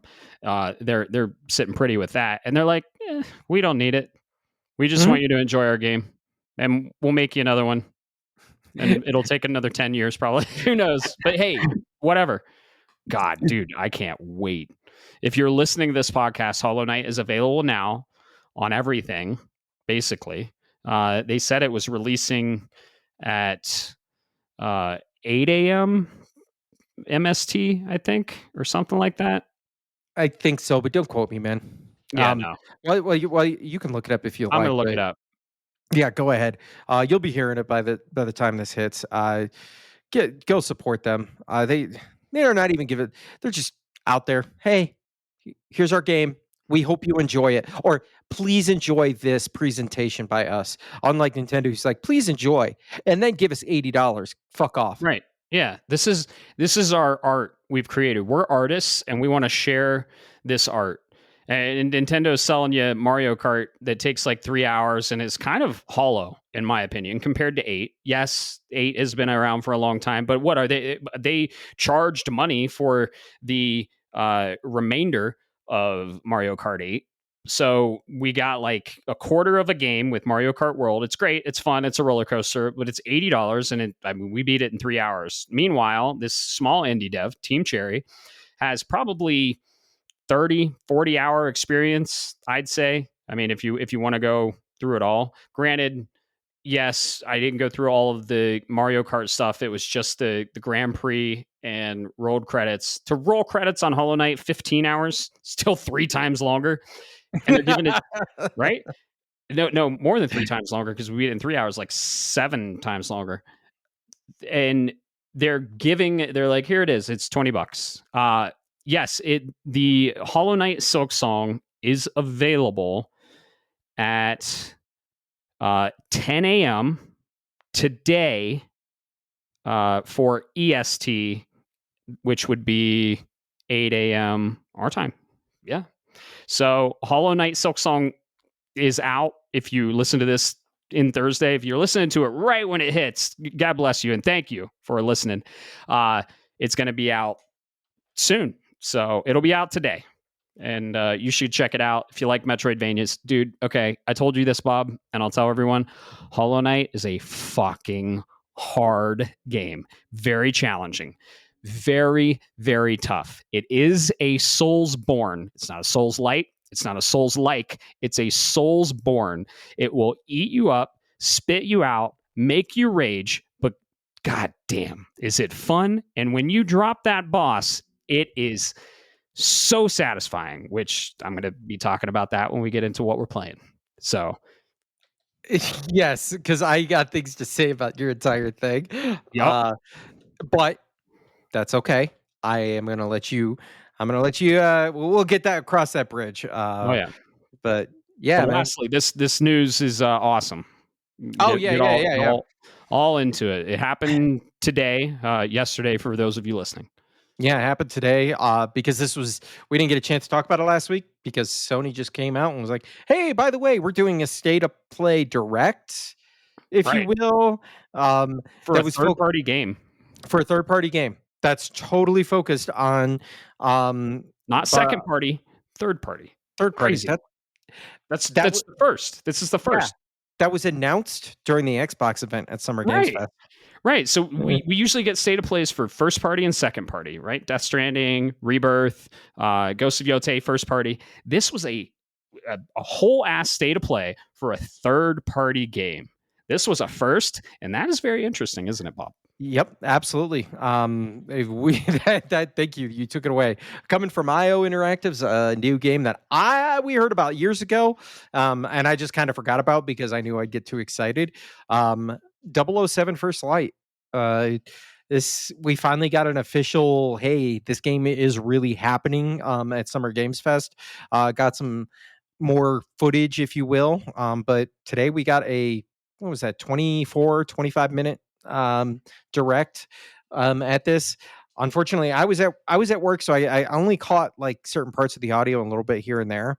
Um, but I don't know which angle you want to tackle this at. I want to say, first off, this game looks fucking sick, man. I can tackle it from the angle of saying I didn't watch it. I didn't watch any of it because I'm Oh, fucking sold from the oh, name alone and the developer alone. This is a match made in heaven when it comes to developer and IP. oh, Like I am 100% sold and I'm not watching anything else on it. Matt, let me sell it to you harder, okay? So this is Okay. there. This is James Bond Mhm. crossed over with Hitman, Mhm. crossed over with Uncharted.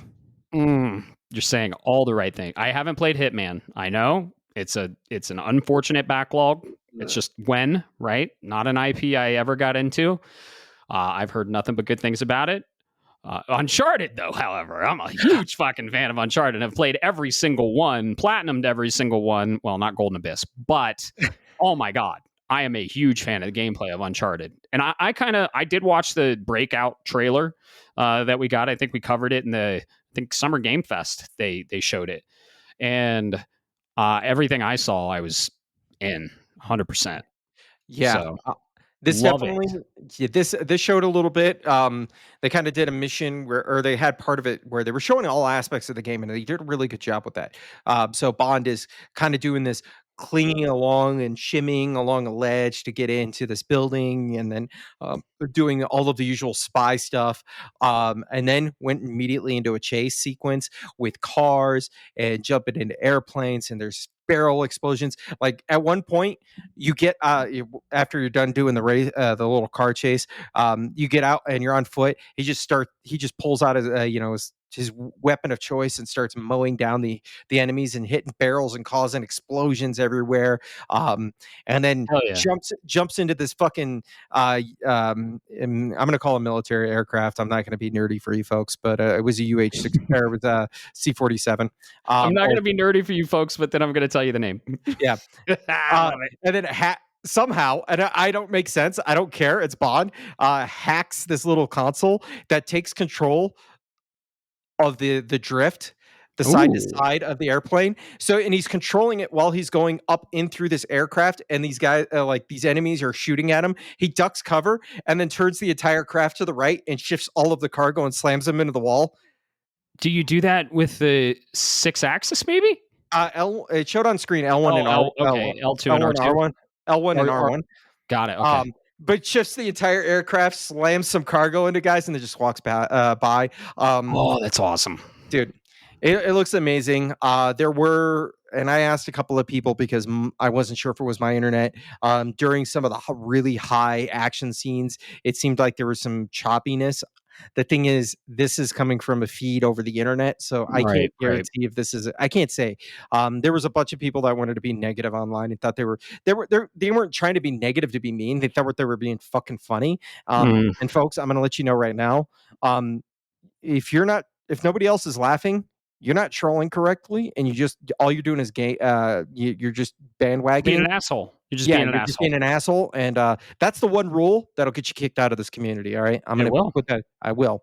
Um, Yep. that being said, it kind of got me excited, dude. People were dogging on it for the crossovers and it's just Uncharted with Hitman, and I'm like, yeah, That's what Bond is. He's the guy who drinks a martini, fucks the woman, and then Yeah. blows up the boat and saves the day. That's what Bond is. Get Yep. used to it. Hell yeah. Oh, dude, Uh-huh. I'm a huge James Bond fan. Not as big as fan as some people I know, right? I love James Bond. Uh, and this is the origin story of him becoming 007. I think it says earn your double O, and I fucking love that. Yes, this is that's the key here. This is a origin story Mhm, for mhm, how he did it because that's I don't and when you look at everything that's in the movies, and I'm not going to say all of the movies, but most of what you've seen out of the movies and the video games, they're basically either spin-offs or retellings of the original novels. Um, mhm, so I like to see them push the edge because now you can take a Bond that's not recognized because I don't recognize this individual. It's not Daniel mm-mm. Craig. No. It's not Pierce Brosnan. It's not Sean Connery. Um, and you can tell your own story. And this gives Yep. you that creative freedom. And going back to what you said about using IP, if the Broccoli family ain't gonna do shit with the IP, let IO do something with it. Um, please, please, please. Uh, Exactly. I'm all here Exactly. for it. I'm a fucking sucker for James Bond. I'll Oh admit yeah. it all day long. Yep. Well, guess what? You can pre-order it now. Physical on all of the retailers of your choice. $70, probably going to be worth every penny. And they also have a pretty crazy collector's edition. You want to talk about that one? Yeah, let's go ahead and why not, right? Yeah. uh, Looks cool. I'm not going to get the collector's edition. I just kind of do the base edition. I usually don't do collector's editions unless it's like something I really love. Last collector's edition I got was Final Fantasy Rebirth, and it's the best collector's edition I've ever bought because you get a 19 inches of Sephi. yes. Yeah, hey, giggity. Yeah, Yeah. 19 inches of Sephiroth. You've seen it. That statue looks like it'd be a $400 fucking statue. Yeah, it really would. Speaking of not quite that much, but yeah, you can if you want. They're live now. Hmm. So these are available on Amazon. So and it's for all the platforms that this is going to release on, which is PC, Xbox, and PS5. Hmm. Um, Switch 2 would probably blow up in a ring of fire. You pre-order it come the Legacy Edition is what this call is called. You receive the base game, the deluxe edition content, a golden gun figurine that looks pretty legit. Certificate authenticity with it, the steel case with the magnet, golden gun weapon skin in game, and the obsidian gold suit in game. Looking at these, the stand and everything, it looks pretty good. I'm Hmm. not gonna lie. Uh, the golden gun has my attention. That's gonna be the centerpiece and the focal piece, so you better do it right. But yeah, on it, Add it to the one you already have. Fucking eh, awesome. I wish. uh, no, I could. It's $300. Right. And let's just say, Matt, it's about a third of what I paid for that other one you're talking about. Dang. uh, Okay. Um, so I guess we could just give the context for our listeners out there. Sure. I'm such a Bond fan that my wife for 1 year got me from the Bond Direct store. I got a prop replica of the Golden Gun from Fucking Man with the awesome. Golden Gun. It was a limited run. It's 24 karat gold plated. It's fully sized. You can break it down into its individual parts. You can assemble it, so it's all but functional outside of shooting. And this doesn't look as robust as that. But we'll see. $300, man. You better get something good out of it. Uh, Yeah, true. I've I I've held it and it's awesome. It's a really cool collector's piece. Not the one for 007 First Light, yours, yeah, the one you have, but yeah. yeah. We also got some pretty key information with this event. We got a release date. Yes, we So did. it's coming out March 27th next year, 2026. So next year is shaping up. You got Resident Evil 9 in February. You got 007 First Light in March. Let's keep this going. Maybe one or two games a month. Maybe not the fucking 6 or 7 we have this September. How about that? Can we Yeah. maybe just stagger the releases, everyone? Can we just do that? Because we have a finite amount of time in this world. Okay. Legit, dude, you're right. Uh, yeah, dude, I'm so excited for this. Getting the release date March next year, staggered along. What what I think is kind of interesting is they're cutting right in front of GTA 6. Mm-hmm. 'Cause May, GTA is right? yeah, GTA 6 is in May, so they're Yeah. they're they're they're lining it up and going, "Okay, how much Yeah. window room do we need?" Because they know they're gonna sell, they know they're gonna be good, Right. and they're gonna be big. But I'm all for this. If you got a different take, that's cool, but, I'm all for this, man. Oh yeah. I'll be here day 1 next year. I'm I'm sold. I pre-ordered mine today. It's pre-ordered from Best Buy. Pre-ordered the base PS5 edition. Can't wait.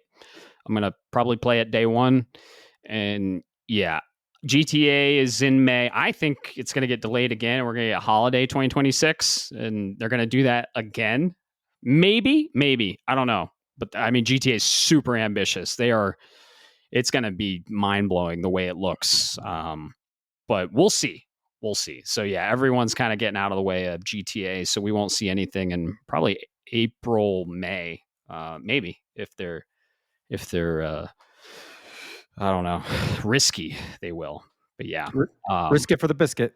risk it for the biscuit. Yeah, mine's pre-ordered, ready to go. Love it. Don't want to see anything else from it. I'll play it. So um, that's the cool thing about Best Buy, right? I can get physical, right? You can do this with digital as long as you play your cards right, right? But this happened with Lost Soulside. I returned Lost Soulside. I did. I returned it. Uh it got really bad reviews. I read a lot on it and people said it's not fleshed out. It's a game that I will do the same thing I did as Forspoken. Uh I'll wait for them to fix a lot of it and then I'll get it when it goes on sale. I'll get it when it's like $20 because it's inevitably going to go on sale. Might even be on PS Plus. This is a uh, dead to rights PS Plus game if I've ever seen one.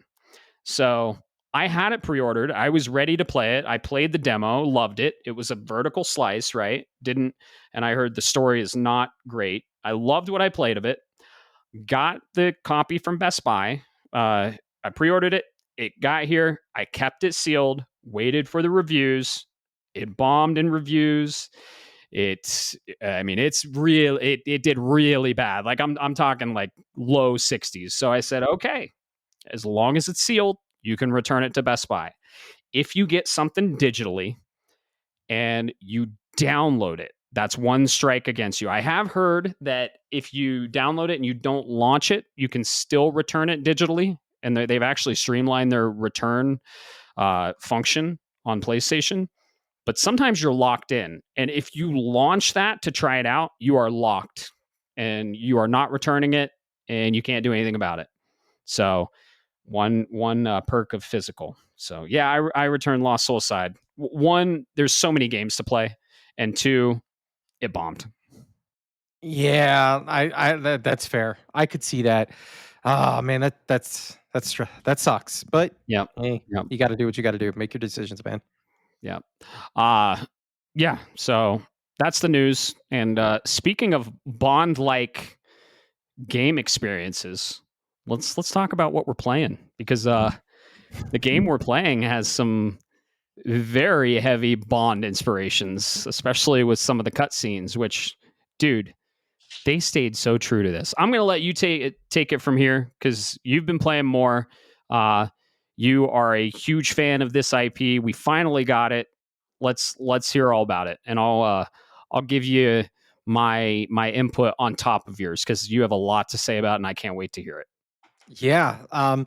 So we'll get to the other stuff, but right now, it has been Metal Gear Solid Delta. Snake Eater is the full title. Um, Snake Eater. Eater. I'm telling you, man. Where do I begin with this game?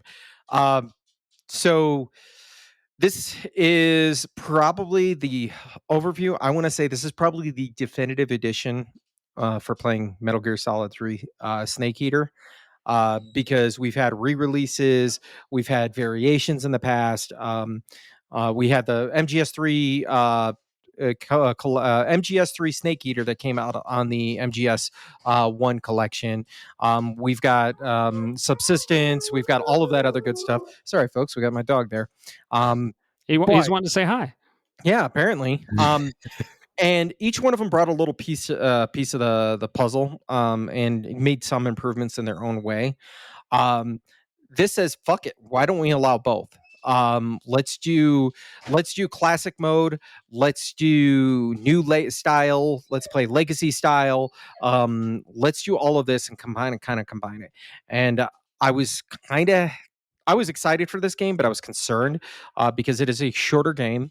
And the way the game plays out, especially with some of the way the maps are, is if they just done a traditional update to it and give them modern controls, it wasn't going to end up as well, looking as well, because some of the maps are still segregated.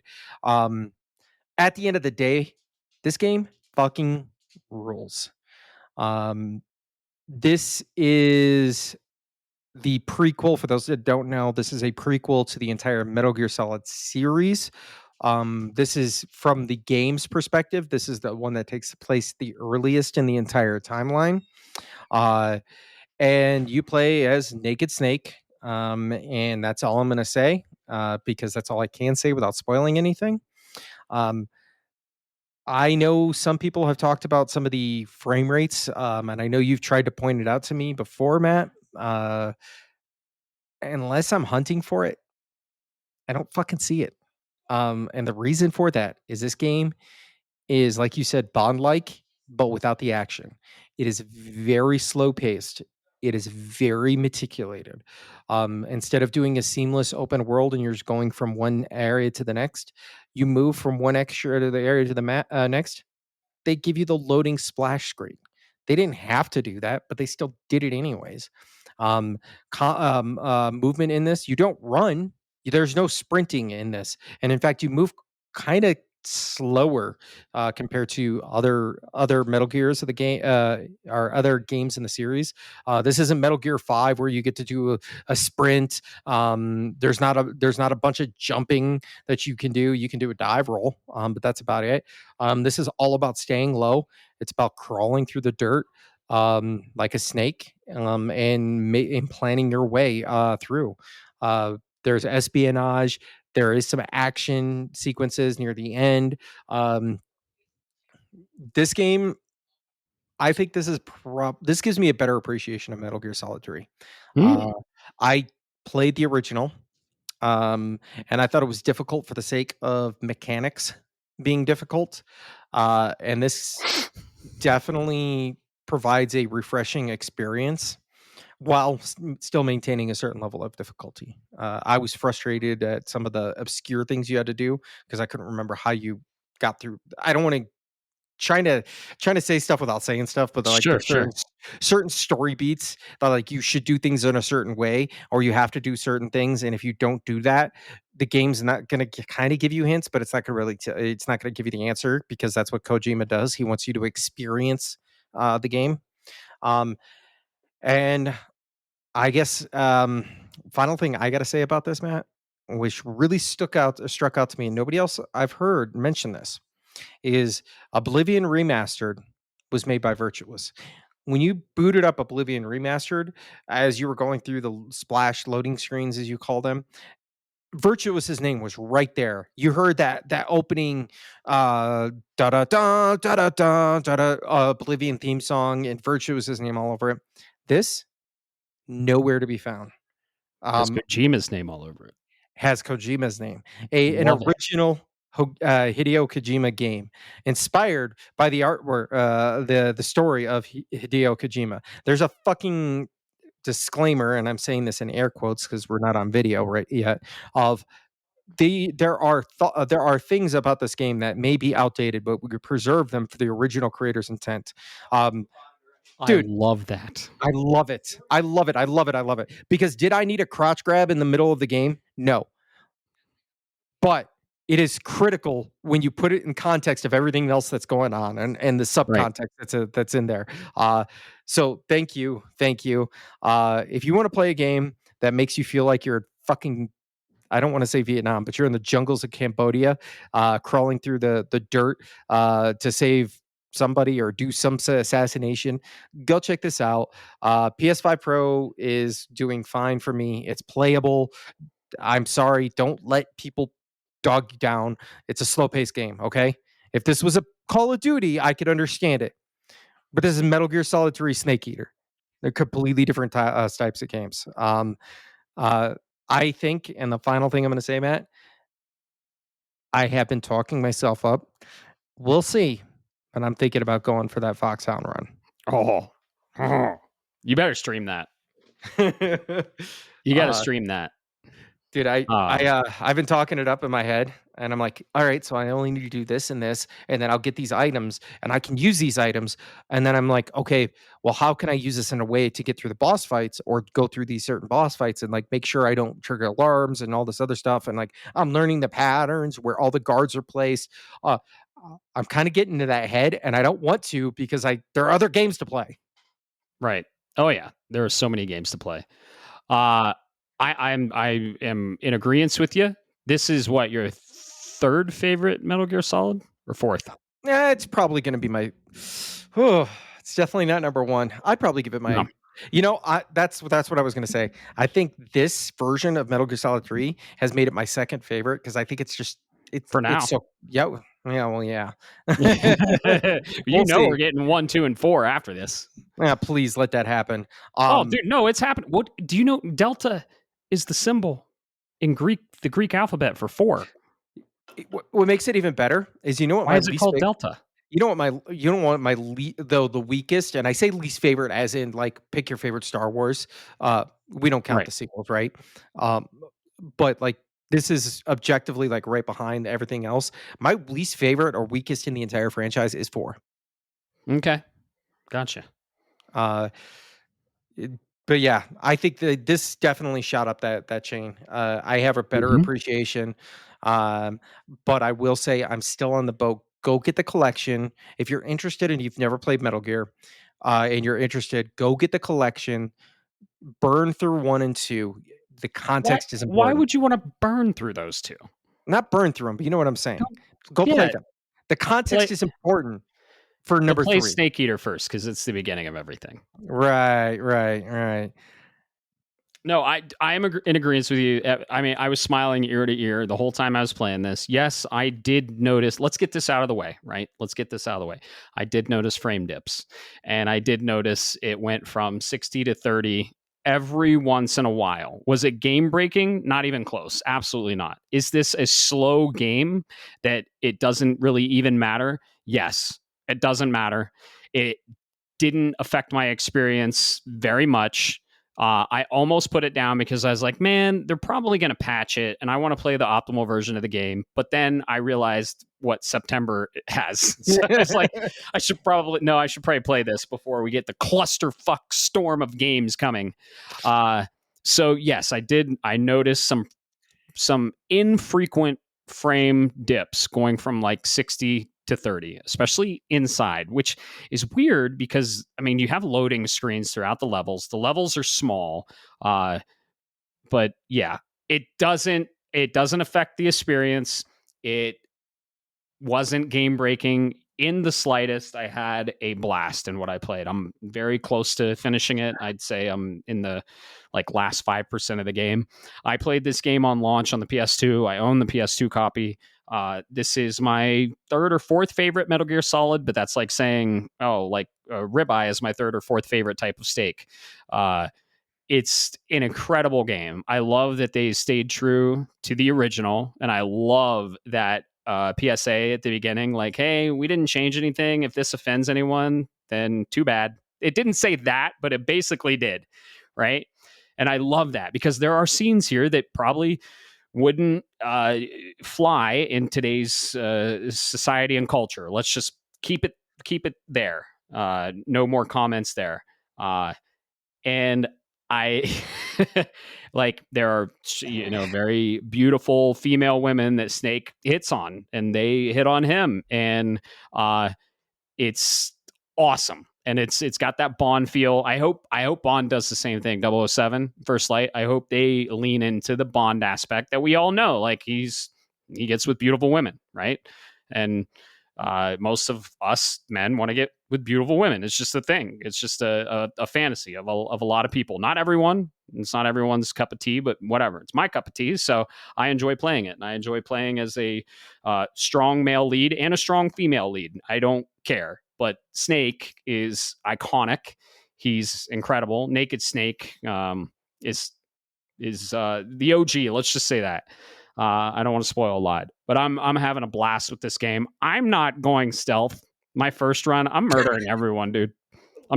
I'm like just murdering everyone. When I get the enemy AI is very sensitive. It always has been. And when I get caught, I just murder everyone in the level, and That's that it's so fun. that's amazing to hear because I play the Yeah, exact opposite of this game. right. Right. And I plan to do a sneaky run, right? I do want to get the trophy of not killing anyone the entire run. I looked at my kill count, it's 260. What the fuck? I maxed out Yeah. at 20 in like one Right. run, and that's because I just got murder happy in the last couple of Yeah, no, sequences. I'm just murdering everyone. It's feeling good, and I'm definitely not being the snake that everyone knows. I'm just going around murdering everyone, and I'm looking for the frogs. I'm looking for the collectibles. You got to have a murder run, and then you got to have a sneaky run, and then you got to have a collectible run, right? You got to have all those runs, but uh, yeah, dude, this game is so true to the original. It's gorgeous. UE5. I mean, the I think it has ray tracing. If it doesn't, then whatever. Death Stranding didn't have ray tracing, and that blew my mind. Death Stranding 2. So gorgeous game. Some of the boss fights and some of those set pieces, man. If you've never played a Metal Gear Solid, uh, play this. Play Snake Eater. Play Delta. It's called Delta because Konami is gearing up to bring us Twin Snakes, Sons of Liberty, and Guns of the Patriots. All four. And I don't think they're going to bring 5 because 5 is on PS4, right? But You're right. 5 is on PS4. yeah, so they're not gonna. They might remaster that, but it won't be part of the remake quad set of games. Because I mean, Delta is the Greek symbol for 4. Okay, so they're setting something up, and they're going in a chronological lore order, not chronologically released. We got Metal Gear Solid 1 on PS1, Metal Gear Solid 2 on PS2, Metal Gear Solid 3 on PS2, and then Metal Gear Solid 4 on PS3. So they're starting chronologically with which 3, it says on the splash screen of the PS5, it says where it all started, right? So 3 starts it. Yes, you do get some callbacks to 1 and 2, but that those could be foreshadowing for people that play 3 for 1 and 2. You'll never get it. I mean, I'm going to give you the name of one trophy, and I'm not going to say anything else to the entire crew. This one trophy and everything that would be associated with it would go beyond the player, and I can think of other examples, but this Mhm. one is a big one. Time paradox. Right. Right. Everything about that. And the reason I say this is because Kojima games are an experience. And the only reason any of us ever found about that in the first MGS3 is because we played 1 and 2. Yeah. It's now, and this is just what I'm trying to what I'm saying is if you want to play like if you want to get the full experience, if you want to play the quote unquote the best way to play, go play Metal Delta. I highly recommend the game. Um, Yeah. um, but if you actually care and you want the context, and I say this mostly because I know the younger generations likes their lore, and you really want that lore, you need to play 1, 2, then you go play 3, or I mean, 1, 2, go play 4, then do 3, then do 5, because that right there is going to give you. It's kind of like the old Star Wars way of chopping up the Well, yeah, movies. which I agree with that way for Star Wars. But Yeah, these games haven't aged well, Bob. They they are nostalgic and they're precious to us, okay? with most of the people out there that are gaming now, they haven't aged well. And Metal Gear Solid Delta Snake. I know I'm right there with you. I'm like, kids these days, right? But it's just the reality, okay? And I love that they brought this PS2 game and they give you the option. I love the option, right? You can play the original style or the new style. I'm playing the new style. I want to check out the original style though. They haven't aged well, man. And I I could see where you're going with that. just yeah. So I chronologically, this starts it all. And yeah, I totally get it. I think like the ultimate Star Wars way to watch Star Wars. I think they say 1, 2, 4, 5, 3, 6, right? Or something like that. uh, Anyway, yeah, it's all something jumbled like that. up. It's all jumbled up. Konami's No, it's releasing these and what is it? it's 4, 5, 1, 2, 3, 6. Yes, yes, 4, 5, 1, 2, 3, 6. And I think that's a great way to watch it. And yeah, once all 4 of these are out, it'll be a great way to play it. Right now, it's not. I'm sorry. I know, I I know, I know. We are hardcore no, fans that grew up with this shit, Bob. no, what I'm We ser what were kids when we played it, and we can see through the flaws that other people will see in the quality of life stuff and the tank controls, right? But like I fired up Legend of Zelda Ocarina of Time and I fired up Super Mario 64 and I took my nostalgia goggles off and I took my child goggles off for a bit and I was like, ooh, this camera control sucks. Sorry, you're but it right. does. You're right. Those are some games that do that, and I can take those glasses off because I think while I love Ocarina of Time to death, I think objectively it has not it's aged like milk.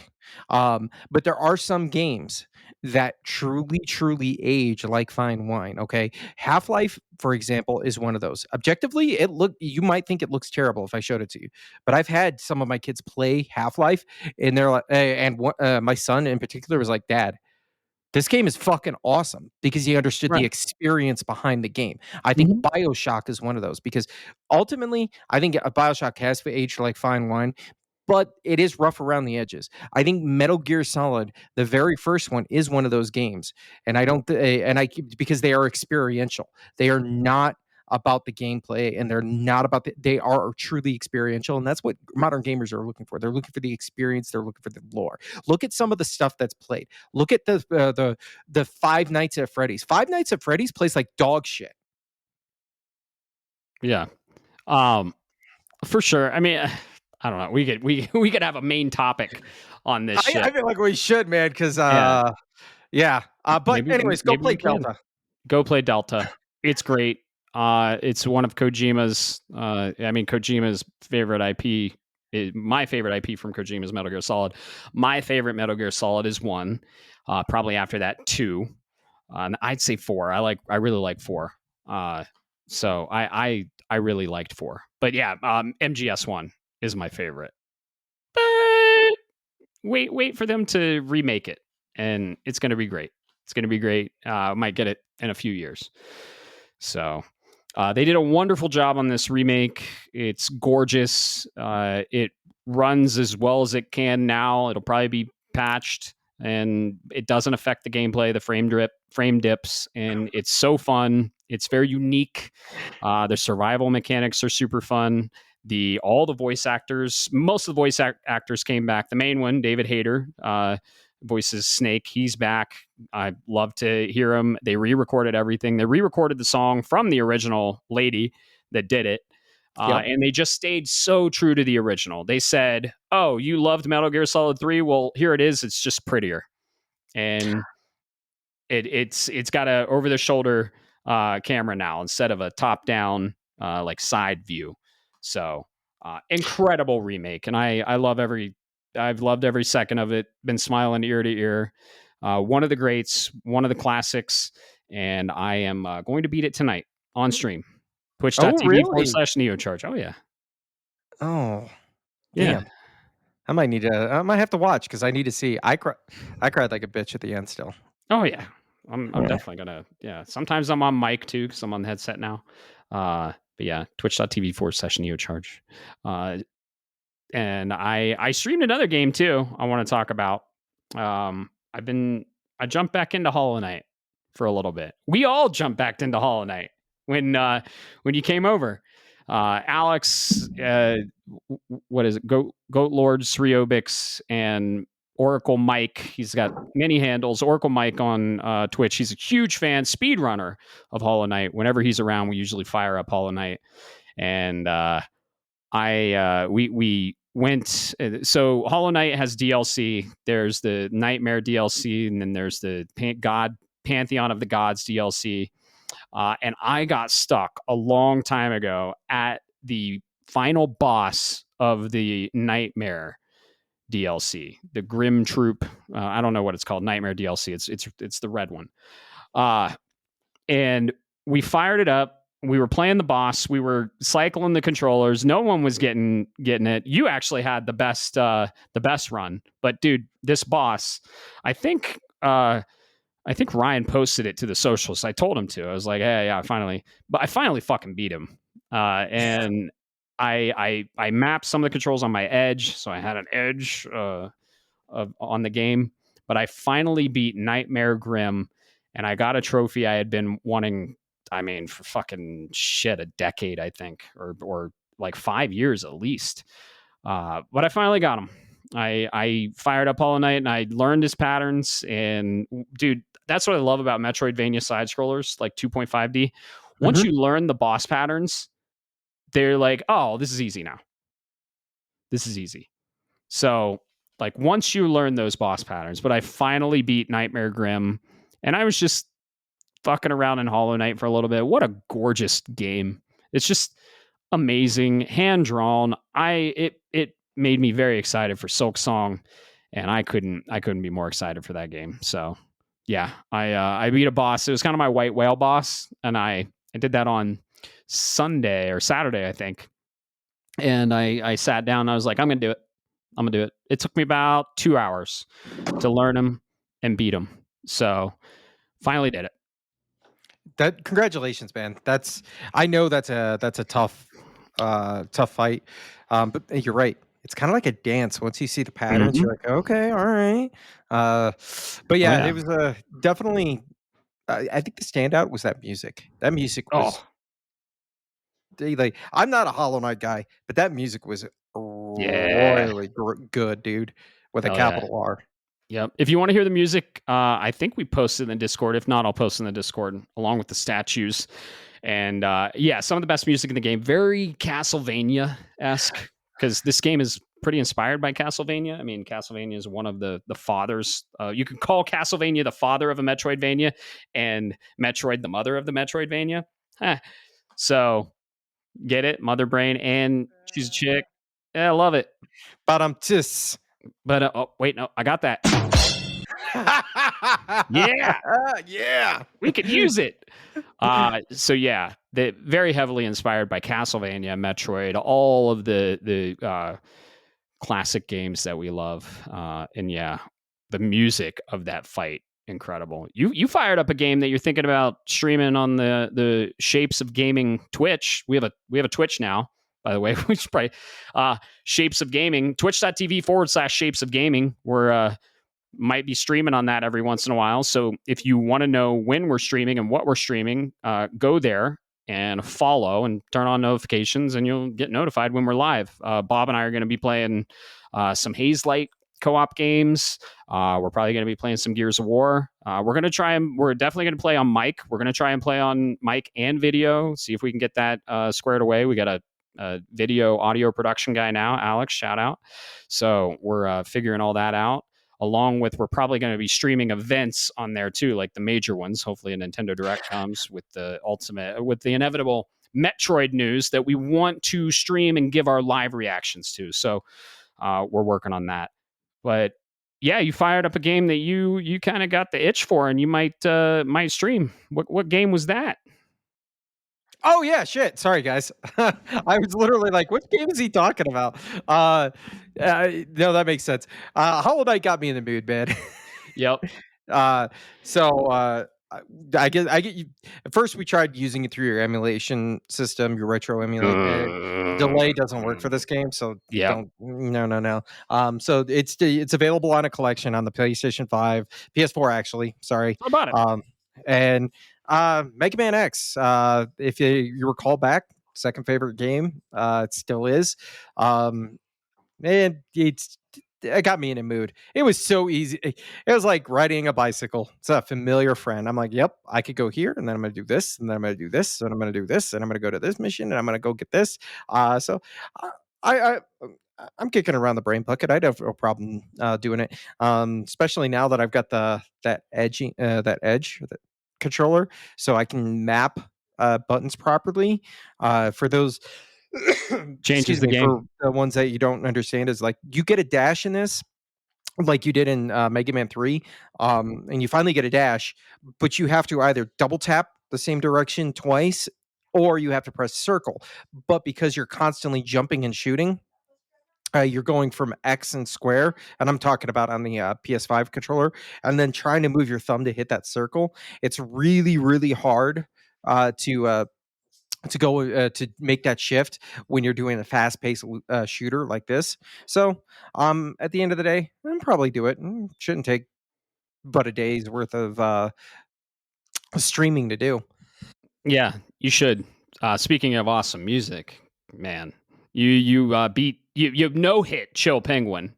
Let's not be modest on here. You no hit Chill Penguin, almost no hit Spark Mandrill, but dude, that Spark Mandrill uh, level music is some of my fave in Mega Man X. It's so good.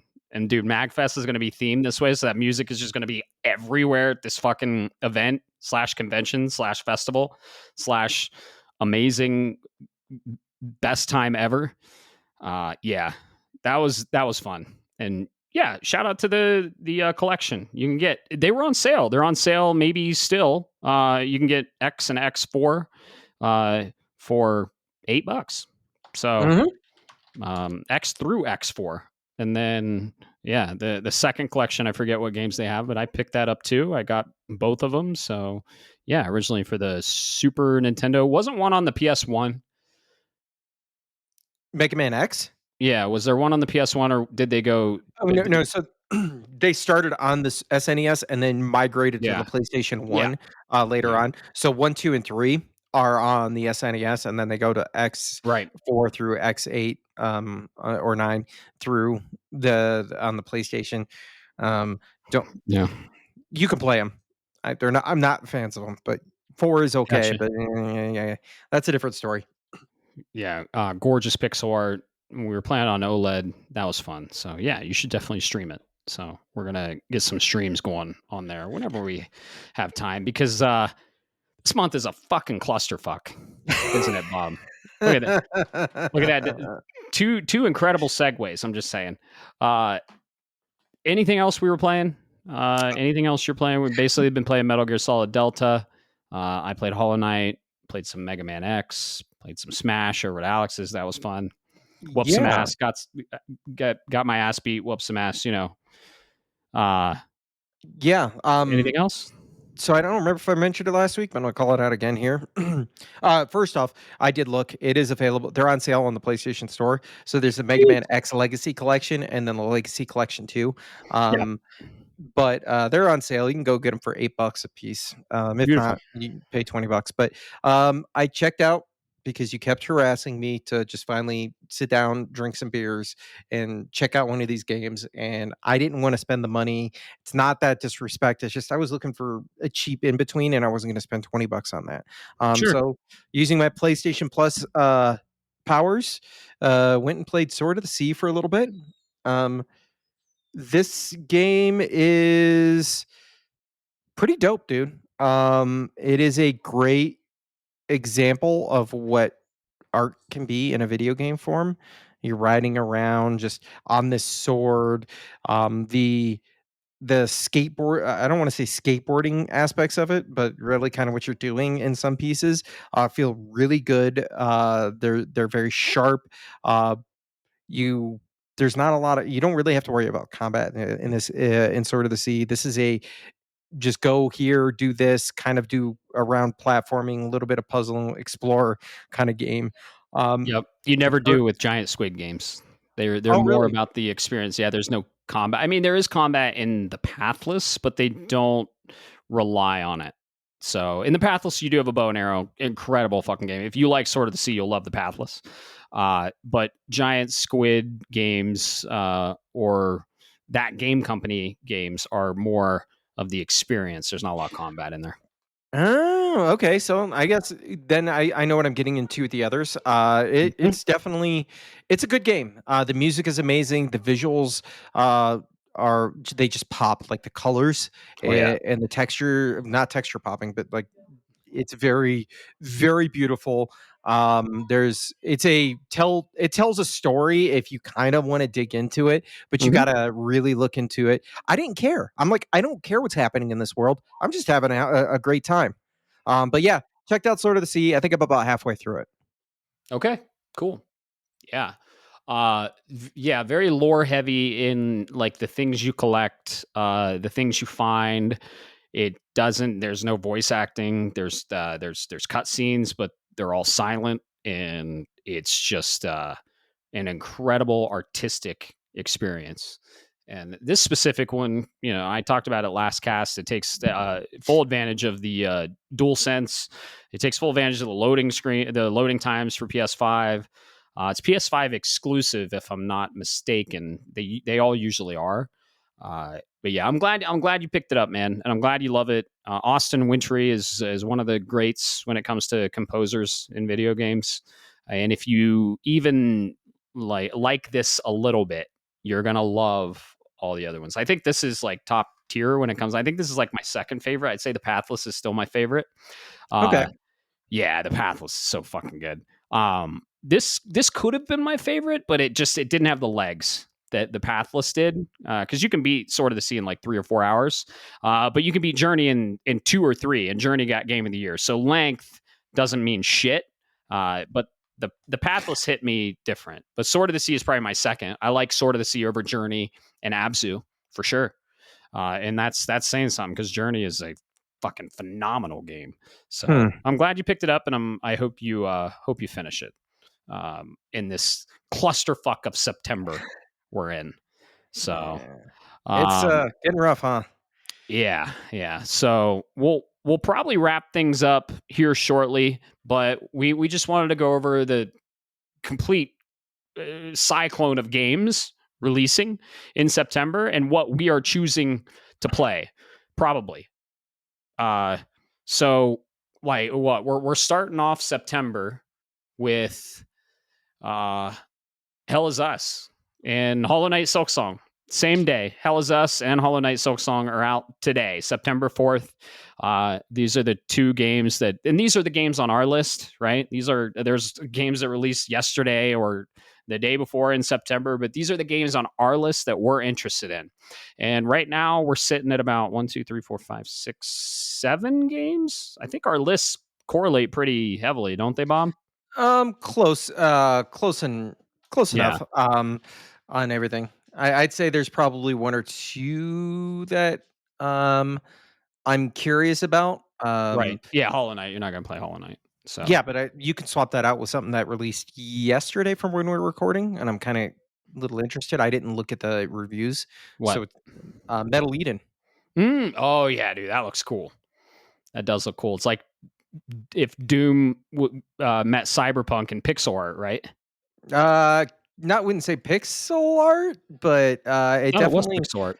no, definitely Oh, Doom versus, like you said earlier, oh no, I'm thinking and about that other one. This isn't mm, pixel art, but yeah, yeah, Doom meets Cyberpunk. beats Cyberpunk. Yeah, I guess I just hadn't cared enough to go look at the open, critic scores, but yes, those are examples, of gotcha. how they might do that. You got my attention. I'm just trying to get you Oh yeah, on live here. Metal Eden. Okay. Yeah, definitely might go check this out. 77. Yeah, so it's anything over 75 on OpenCritic or Metacritic is considered good. These are scores, right? Art is subjective. Everyone has their opinions. I love when games give demos, so you can try the demo. But I mean, if not for the score, I probably would have picked up Lost Soul Aside because I love the demo. But you know, just be wise, make wise decisions out there when you're buying games. So yeah, Hell is Us releases today. Uh, I'm going to be playing this eventually. I'm very excited for this game. I can't wait. It's on my list. But Hollow Knight Silksong releases same exact day. So guess what? Hollow Knight Silksong wins. I'm playing this game probably now as you're listening to this podcast and streaming it on my Twitch channel. And I couldn't be more excited for this game. I liked Hollow Knight Silksong before it was cool. So just saying, I was interested in Hollow Knight Silksong when it was released or when it was announced as DLC for the original, and then it took a while. Now it's basically just created and gathered this like huge following and huge crowd and fans, which warms my soul, and I love it. But like, I was part of the core when it was niche, you know, and I'm very excited for this game. So playing that, and then Chronos: The New Dawn releases tomorrow, so Friday. I'm very excited for this game. We both are very excited for this game. Yep. So, but I'm not getting it on launch because weirdly, and this is I think one of the first or one of the few that have done this, it releases September 5th for digital, but September 19th for physical. I And you bet your goddamn ass I'm getting a physical.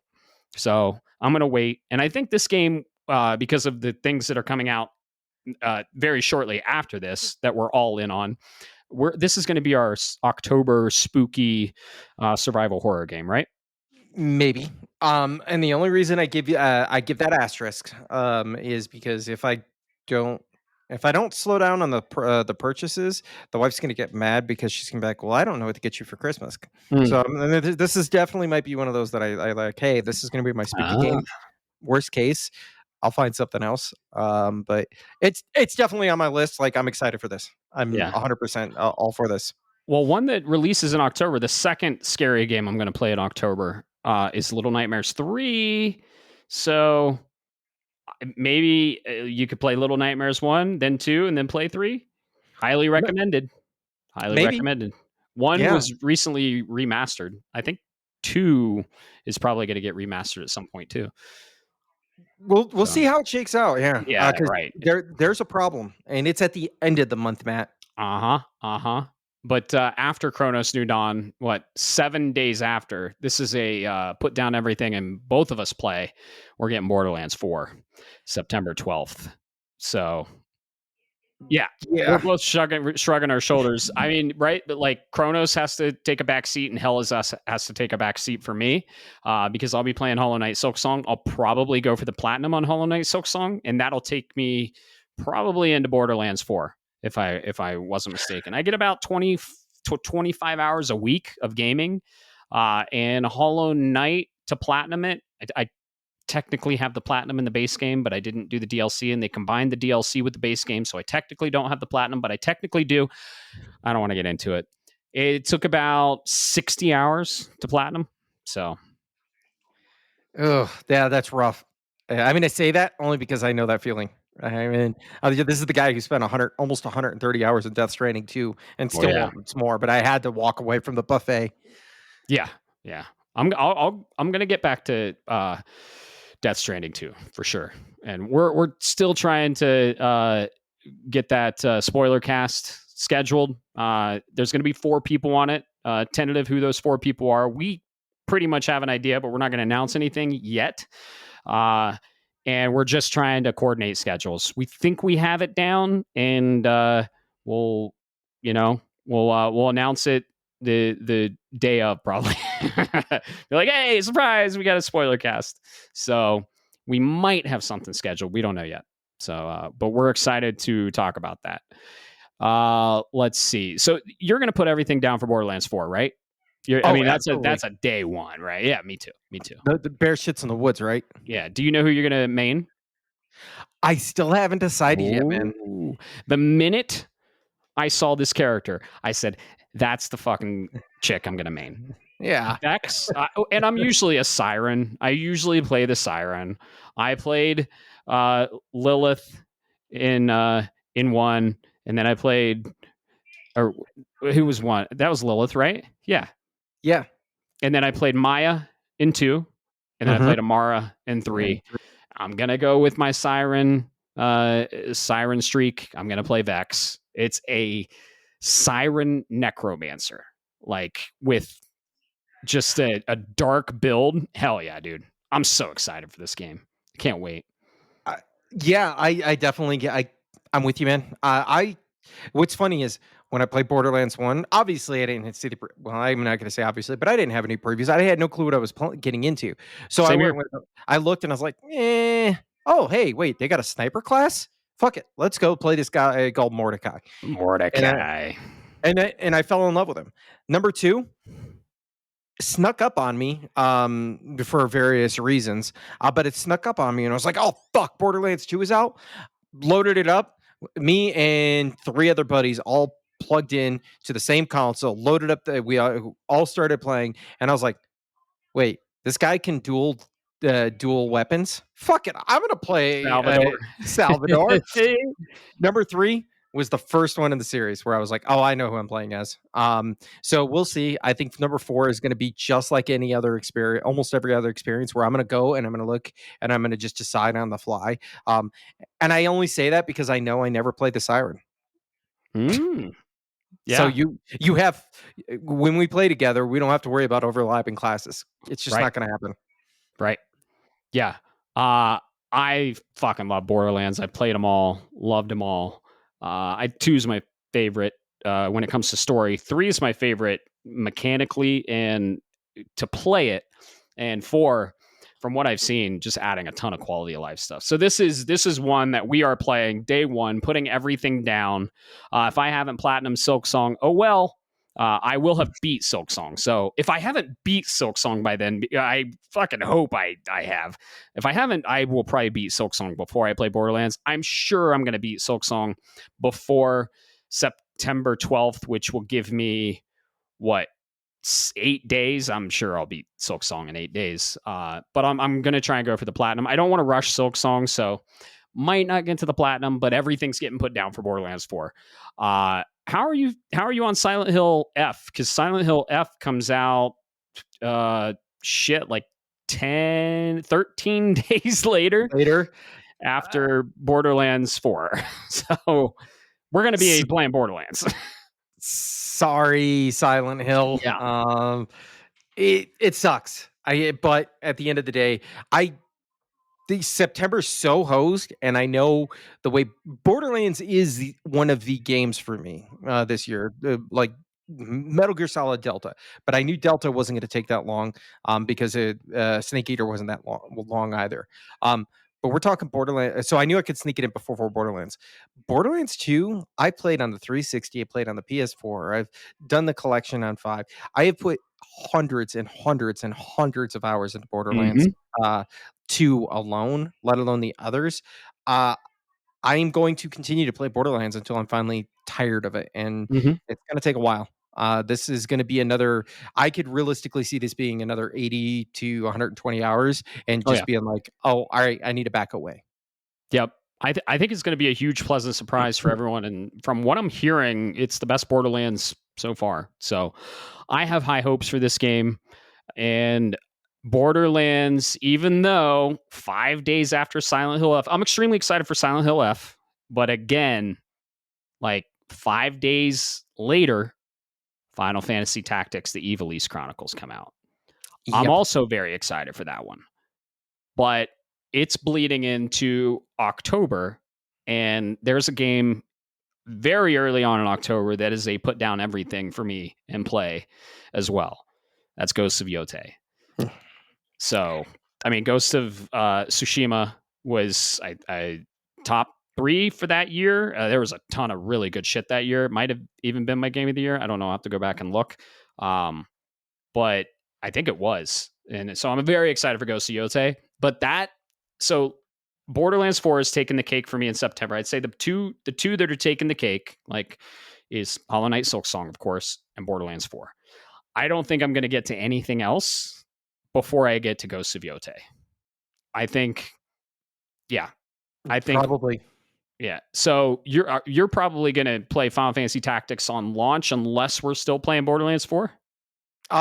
So I'm gonna play Final Fantasy Tactics on launch. Yeah. I think the way, even if you give up, I don't want to say give up. Even when you are ultimately gone out of this, I play Borderlands not just by myself Right. and not just with my friends.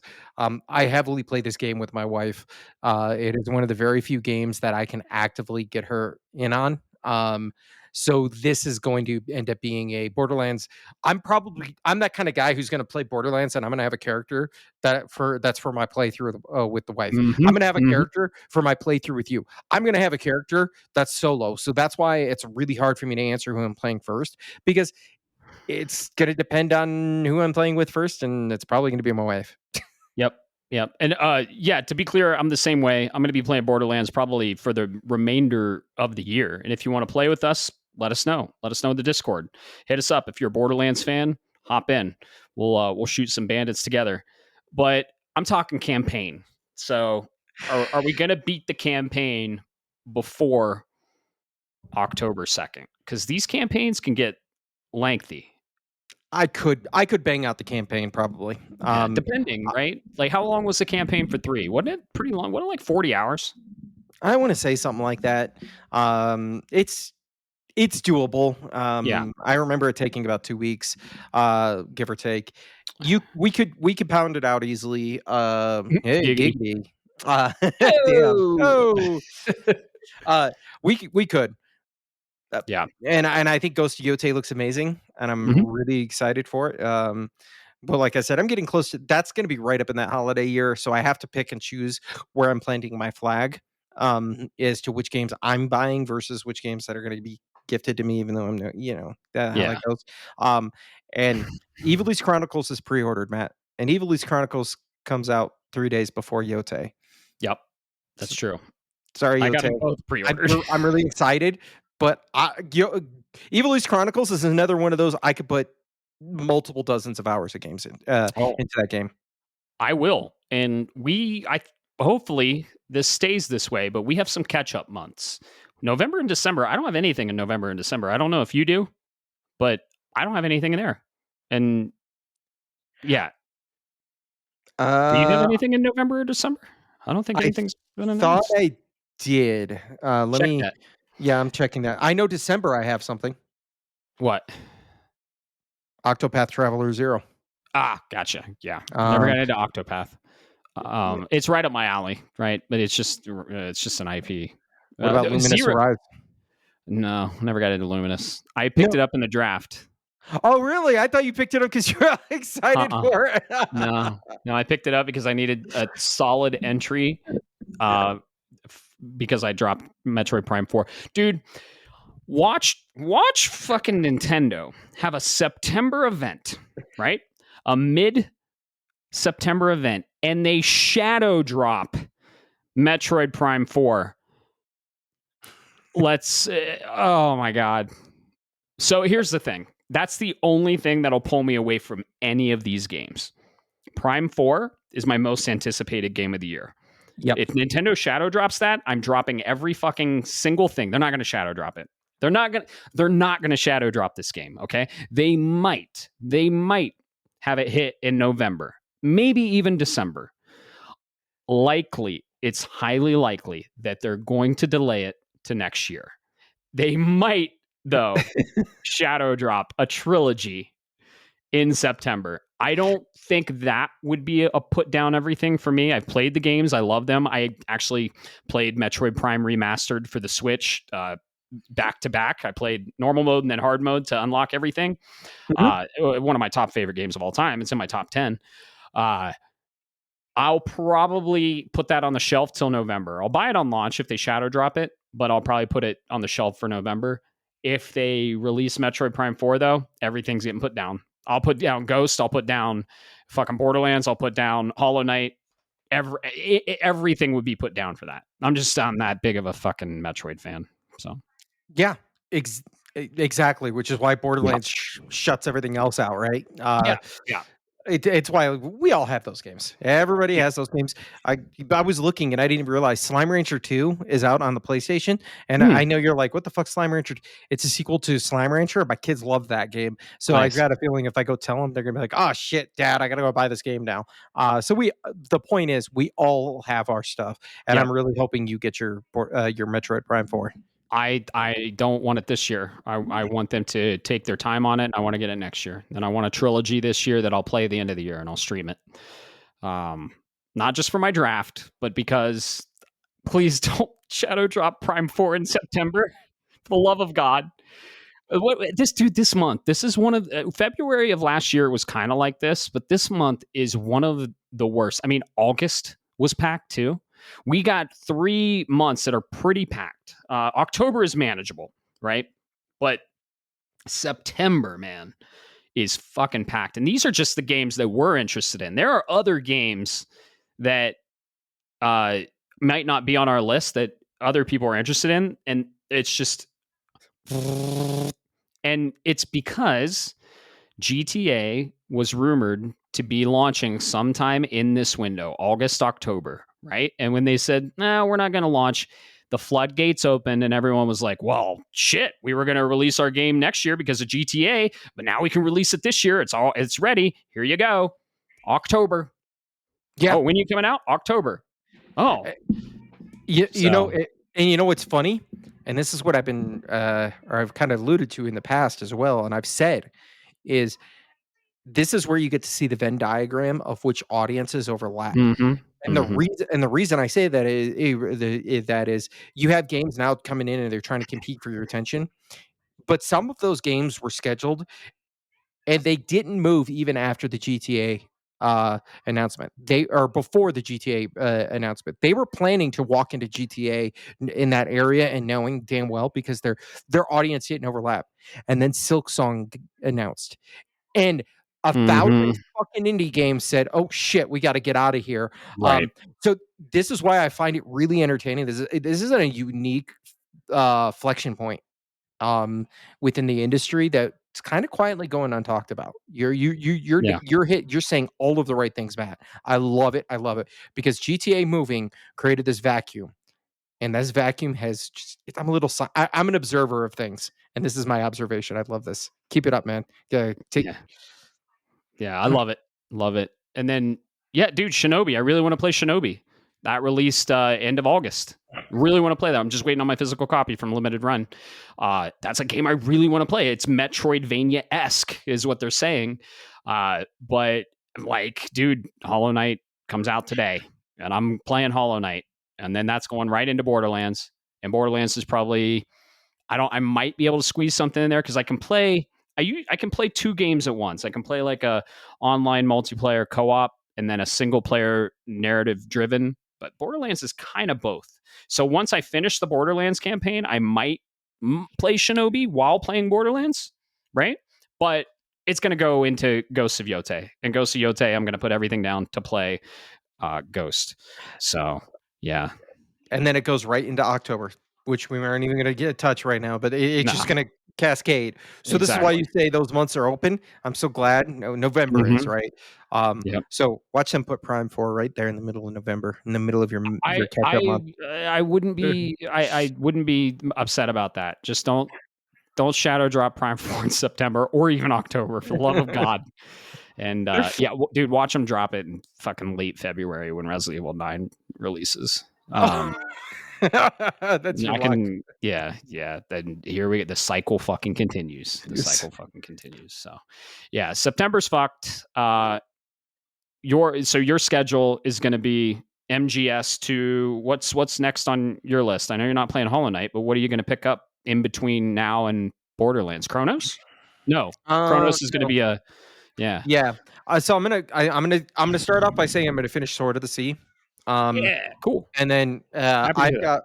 I've got a list of games that are on my shelf there, right Yeah. behind me that I haven't touched, or I've barely gotten started, and I'd like to dive more into. Okay. So we're talking about Suikoden 1 and 2. Hmm. For example, right? That's just one example that's in there. I could just start going do, or I might take this as a break and decide, you know what? Maybe I'm going to go back and play something as a comfort food. Yeah. Um, I I've been half tempted to see what the PS5 version on a Pro and an OLED looks like for Metal Gear Solid 5, because Mm. it was gorgeous on the PS4 back in the day, but that was when I didn't have an OLED. That's when I didn't have all of this upgraded technology. So I'm kind of curious to see what that looks like. But it's going to Oh be yeah. flexible. It's going to be based on whatever Bob decides after a couple of beers. Just sounds good. Yeah, that's what it's all about. Especially when you have a backlog, for sure. You just kind of play what you're feeling. Hell, I picked up Hollow Knight. And I played a little Hollow Knight. I was like telling people, "Oh, don't play Hollow Knight before Hollow Knight Silksong. You get burnt out." And I was like, I kind of feel like playing Hollow Knight, so I'm gonna play Hollow Knight. So yeah, play what you feel. I mean, there's a lot of games coming out that we're very excited for, that they're overlapping, and sometimes you just kind of have to line it up and schedule it so you can play all of them. So what are you guys excited for this September? This cluster that's September. What are you excited for? What is on your September palette, if you will? Tell us. Tell us on Discord. Talk about it. That's where we chat about everything video games, nerd culture, pretty much anything we want. So yeah. You got any fun weekend plans this weekend, Bob? Actually, no, not for once. I don't. Hmm. This is a quiet weekend. I think this is the calm before the storm because Mm-hmm. the next week is when it all starts. That's true. That's true. Maybe we grab a beer somewhere. Maybe I really want to find a good wing place. Like Control Room wings were mid. Golden Flame is all right, still mid. The best wing place I found here was Flighty Fowl. Yeah. The that food truck. So maybe we'll find which brewery that's at. But I'll probably be balls deep in Hollow Knight, Silk Song. Uh, and I'll be playing that. But here's the thing: if it's a really nice day out, I kind of feel guilty if I'm inside playing games and I'm not enjoying the outdoors. So I don't know. And I usually keep Saturdays for adventure times, and I might go into the mountains. I might one wheel. I don't know. I'm kind of like you with games. I wake up, I take a shower, and I'm like, what am I going to do today if I don't have any plans? So I might just fucking start driving west and find myself in the mountains and get into something up there. I don't know yet. I feel that. I Yeah. wake up and then I like get the clean well, depends. I might not take a shower right away, but I'll get up and okay, what does this day look like? And then I now you mention it, I do have to get out and it's going to be cooler as far as I understand it because I have some yard work that needs to be done. But Hmm. that's kind of shit I do. I go, okay, hey, oh shit, yeah, I need to do yard work. Oh shit, I needed to do this. And then I'll just go do it for a couple hours and then I kind of get into the flow of the day. That's how I get my day started is by Yeah. starting with a random chore, for Yep. example. Actually, I know what we're doing tomorrow, Friday. Uh, We're going to the chiropractor. oh shit, that's right. Yeah, hey, I totally forgot about that. Yeah, Need to chat with you about that offline. Not in a bad way. for I sure. just got some question. Yeah, no, for sure. Look, if your guys' back hurts, the listeners, if your guys' back hurts, so I have a unique physical condition, right? And I got to go to a chiropractor probably once a quarter. I could do everything except run, but check your shit out, man. And chiropractors, we're not fucking health advocates on this podcast, right? I'm just speaking from experience. We don't give health advice. Uh, but chiropractors aren't as bad as everyone says they are. And I have a really good one, and I'm excited for you to experience your first adjustment. So, yeah, we're going to go to the chiropractor. What a fucking old person thing to do. Oh, I'm excited to go to the chiropractor tomorrow. Oh, oh shit. You gotta keep your back in check, everyone. Your back is like not a lot of people know this, but a lot of your organs and a lot of your shit in your body stems from your spine. Like your spinal cord is the root. So if you're having like a stomach issue, a chiropractor could adjust one of the discs that your stomach is attached to and it could heal it. It's fucking crazy. So, yeah, we don't want to get too much into health stuff. If you have any questions on that, hit me up. We're on Discord and we're always there talking games, fucking anime, Pokemon, magic, cosplay, anything you think of, we're on there. And we're always available to chat if you ever have any questions. And if you have any questions for the cast, ask them there. So, yeah, what do you say we get the hell out of here? It's been fun. And Yeah. Prepare for this September. Wake me up when September ends. Yep.